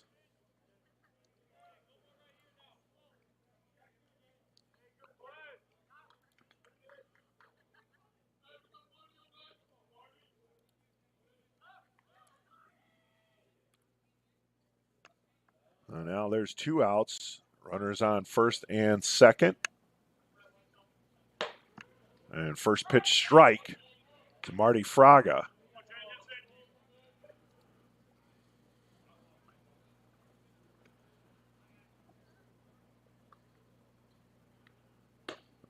Pitch high for a ball, 1-1. 6:05 here in the Central Time Zone, which both these teams are local teams.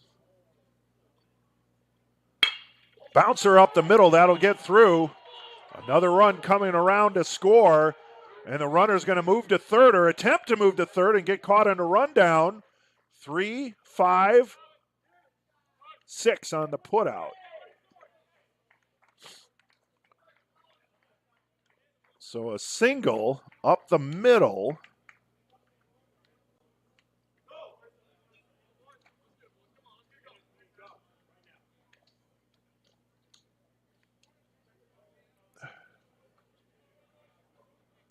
Adams came around to score, but then Bryant got caught in a rundown. And then on the 3, 5, 6 putout. See if that works.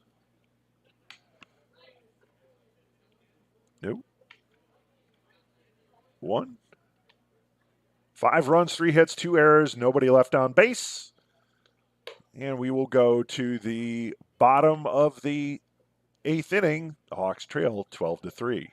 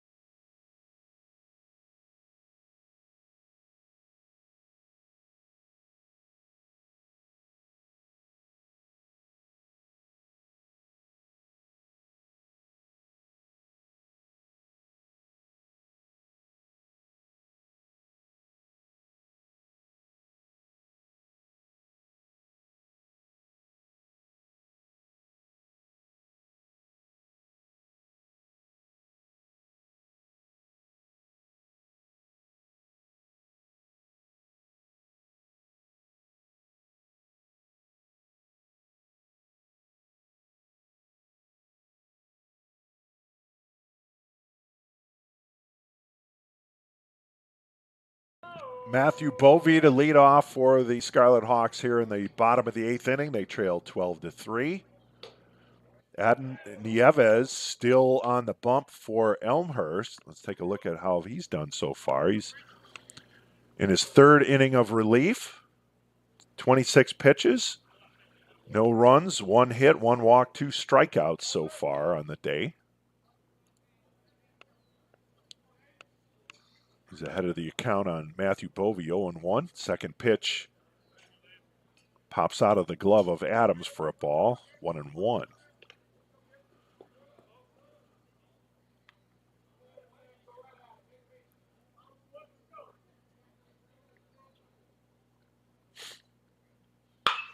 Bouncer down the line, foul. Matthew Bovee.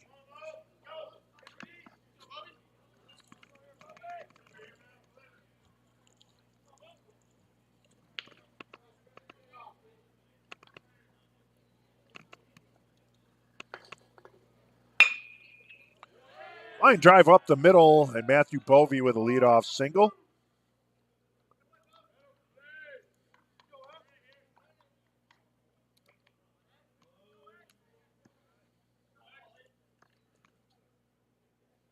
Bovee at first. And Xavier Minor, the batter.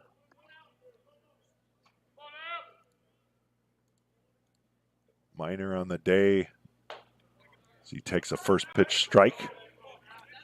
3 at-bats. He's got 1 hit, struck out once, and he flew out. Throw over to first, and ahead of the tag is Bovee. Oh, I can't afford to get picked off the bases here, trailing by 9 as that ball bounces into the turf. Nice stop by Adams. Keep Bovee at first base. Count evens at 1.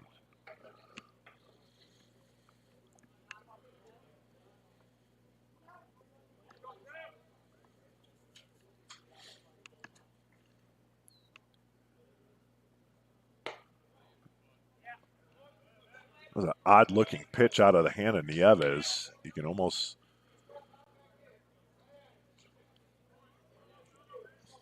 look like a change of pace there, but it was almost telegraphed. And that fastball he whips down there evens the count at 2.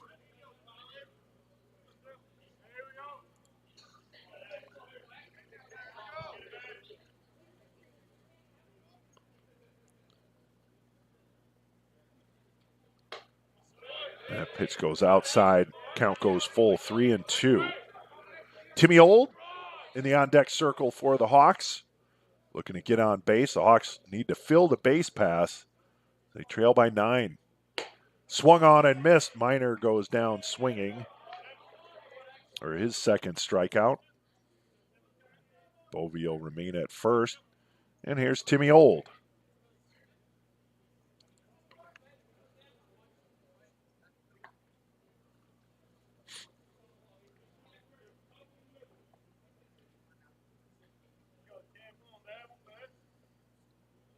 Pitch outside and low for a ball. 1-0. Luke Yaknin, number 9 hitter, waiting on deck. Second pitch to Old. Swung on, fly, shallow left field, and that's going to drop in for a base hit. Slipping and going to get picked off the bases is Matthew Bovee as he ran the second, was thinking about going to third, tried to stop in his tracks, and then he was thrown out.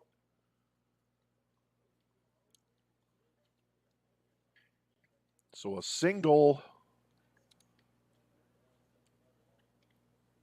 for Old.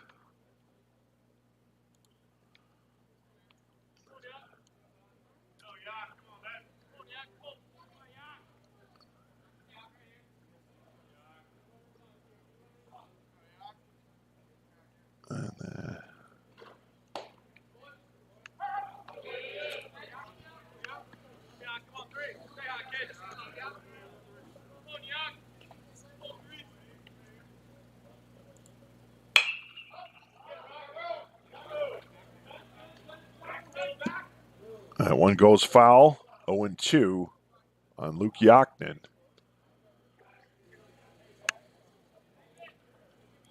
Hawks not with the cleanest of games today, and base running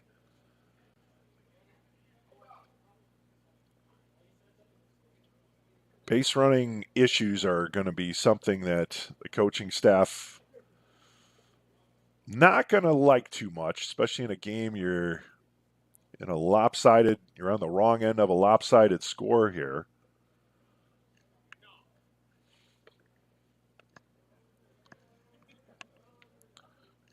I think Coach Heller was coming out talking about the Hawk players sitting outside the dugout that interfered with Smith's opportunity to catch that foul ball.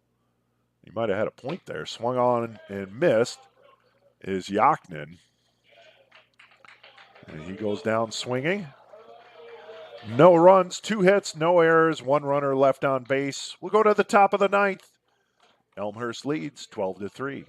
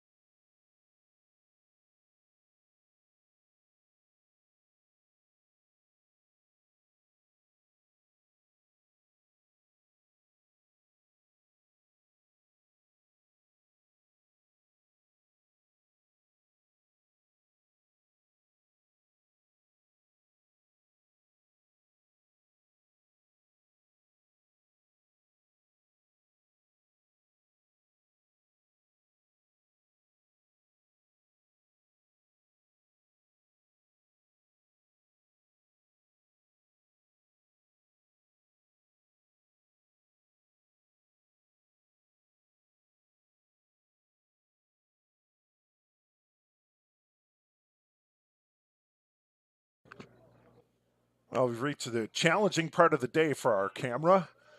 The in-between when it's getting near sunset. So we had to brighten up the look for you a little bit, but that'll keep changing as we go along here. The lights are on. Sun's going down. And first pitch swinging strike to Veracruz, who bounces it to short. Fryer fields it on a couple hops, throw over to first in time for the putout.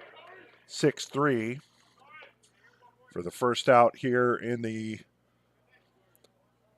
top of the ninth inning. Elmhurst up 12-3.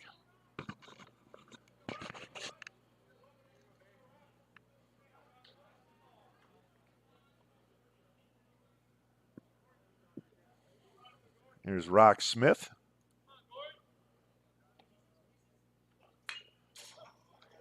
Swung at that offering from new pitcher John Gorey. Tips that for a foul ball. Gorey pitched one inning yesterday in the against Elmhurst in that bottom of the ninth inning. He was not the losing pitcher, but he was on the mound when the walk-off run scored. We had a timeout called by Rock Smith, so you only get 3 offensive timeouts a game. Batter timeouts, I should say. Next pitch from Gorey. That's inside. 1-1.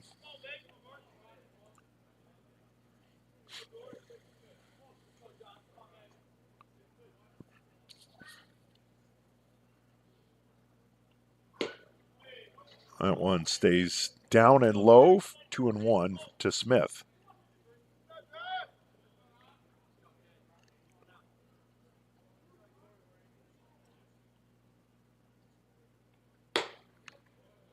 Outside high, 3-1.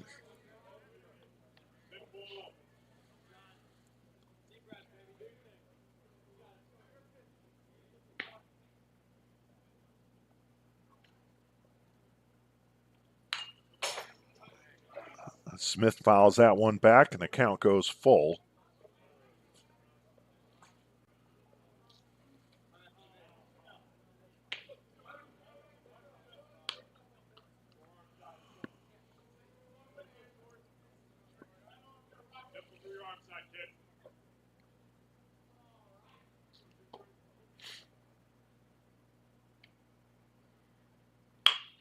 Bouncer foul on the third base side. We'll do it again.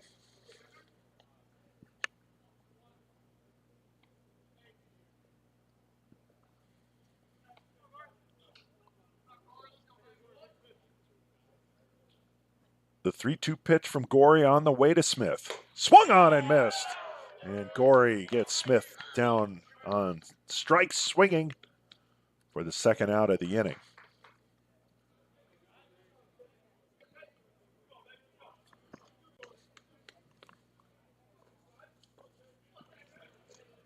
Oh, 2 outs for Jaden Mitchell. First pitch to Mitchell. Outside for a ball. Mitchell on the day, 5 at-bats. He's got 1 hit, drove in 2 runs, 2 ground outs, 2 flyouts. He also has a fielder's choice as that pitch sails to the backstop. Count goes to 2-0 on Jaden Mitchell.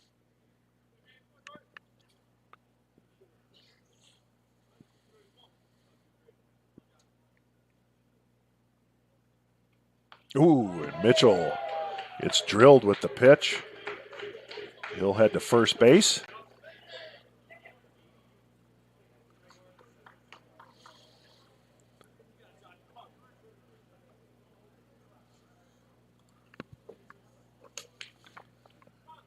And Connor Drowns will come to bat with a runner on first and 2 outs here in the top of the ninth for the Blue Jays.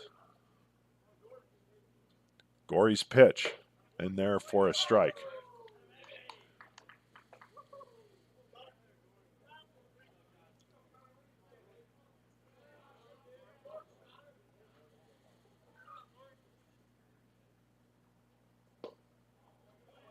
That one, a ball.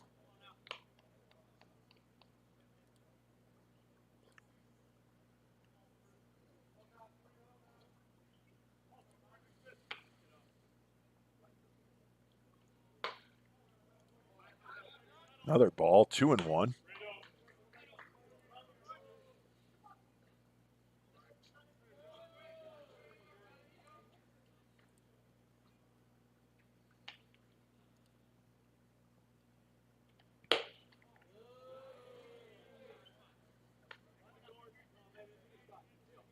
Three and one.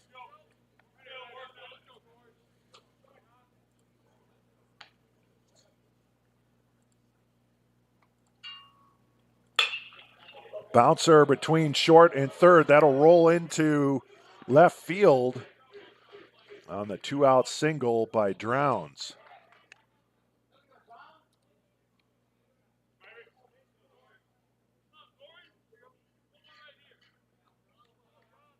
Runners on first and second with 2 outs.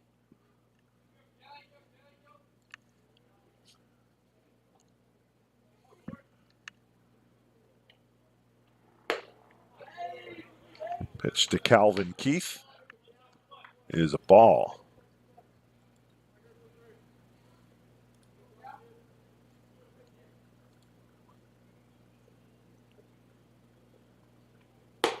Second pitch, also a ball, 2-0. And coming out to have a quick word with John Gorey is head coach Ed Ziefert. So not Ryan Cantlin in this scenario. He's trying to give some quick advice to John Gorey in terms of put the ball where it needs to go. So not a lengthy conversation, but something that Coach Z wanted to get Gorey locked in on right away to put an end to this inning here.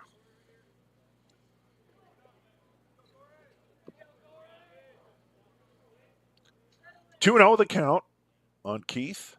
Runners on second and first.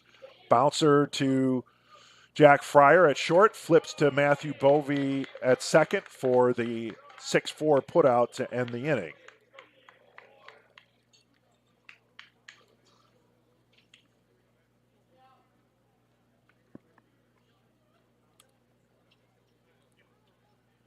No runs, 1 hit, no error, 2 runners left on base. We will move to the bottom of the ninth. The Hawks trail 12-3.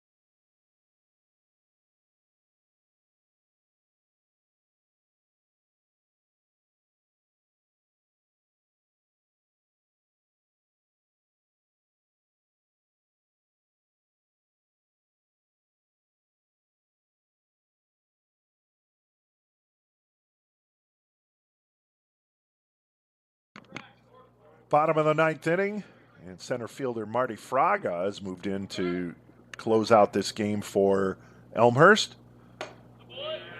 He falls behind a Jack Fryer 3-0.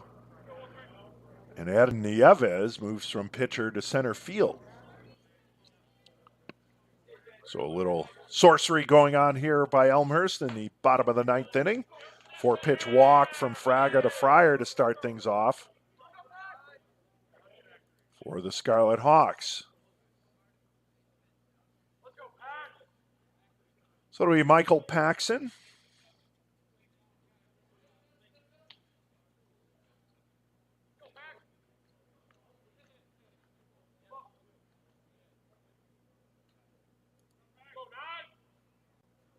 Kruger.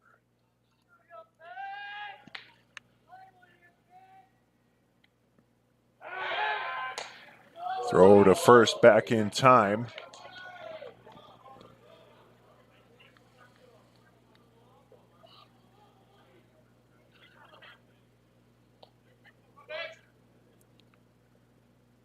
Another throw. They haven't picked off.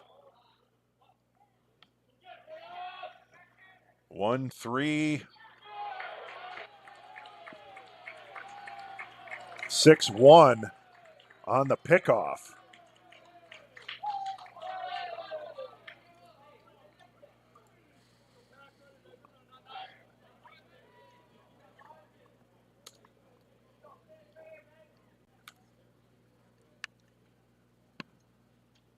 So as soon as the runner's on, the runner's out.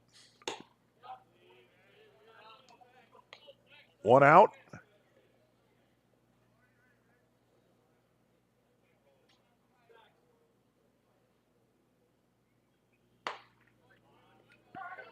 And count evens at 1.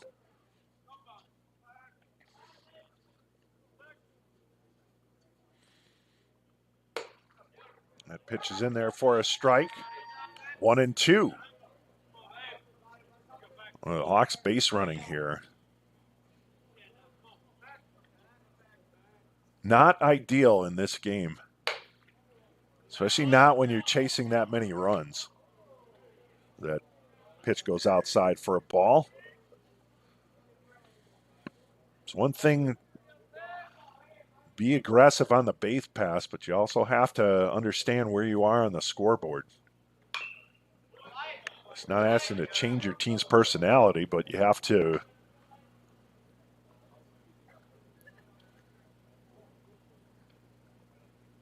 play within the confines of the game in front of you. That ball's fouled off. Count remains 2-2 to Michael Paxson. Fraga's pitch on the way, fouled off.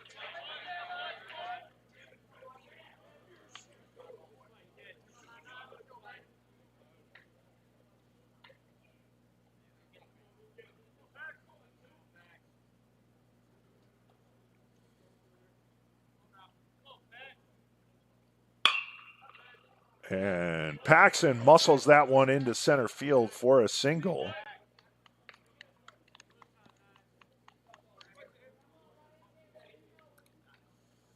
One out single. That'll bring up Bentz with 1 out and Paxson on at first. And he swings and he drives that one to left field. But camping underneath that and pulling it in is Drowns, the F7. Paxson will head back to first. We're down to 2 outs. Here's Jack Finch.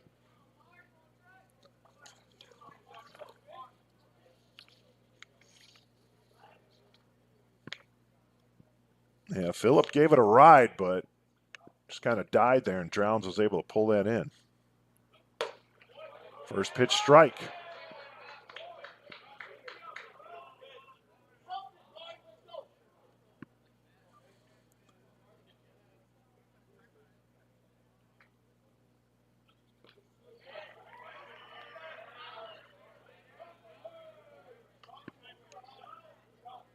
And it swung on and missed, 0-2.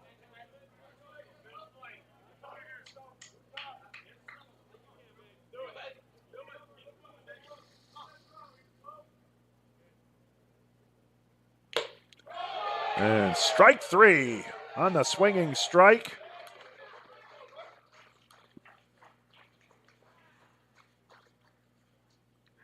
And that'll do it.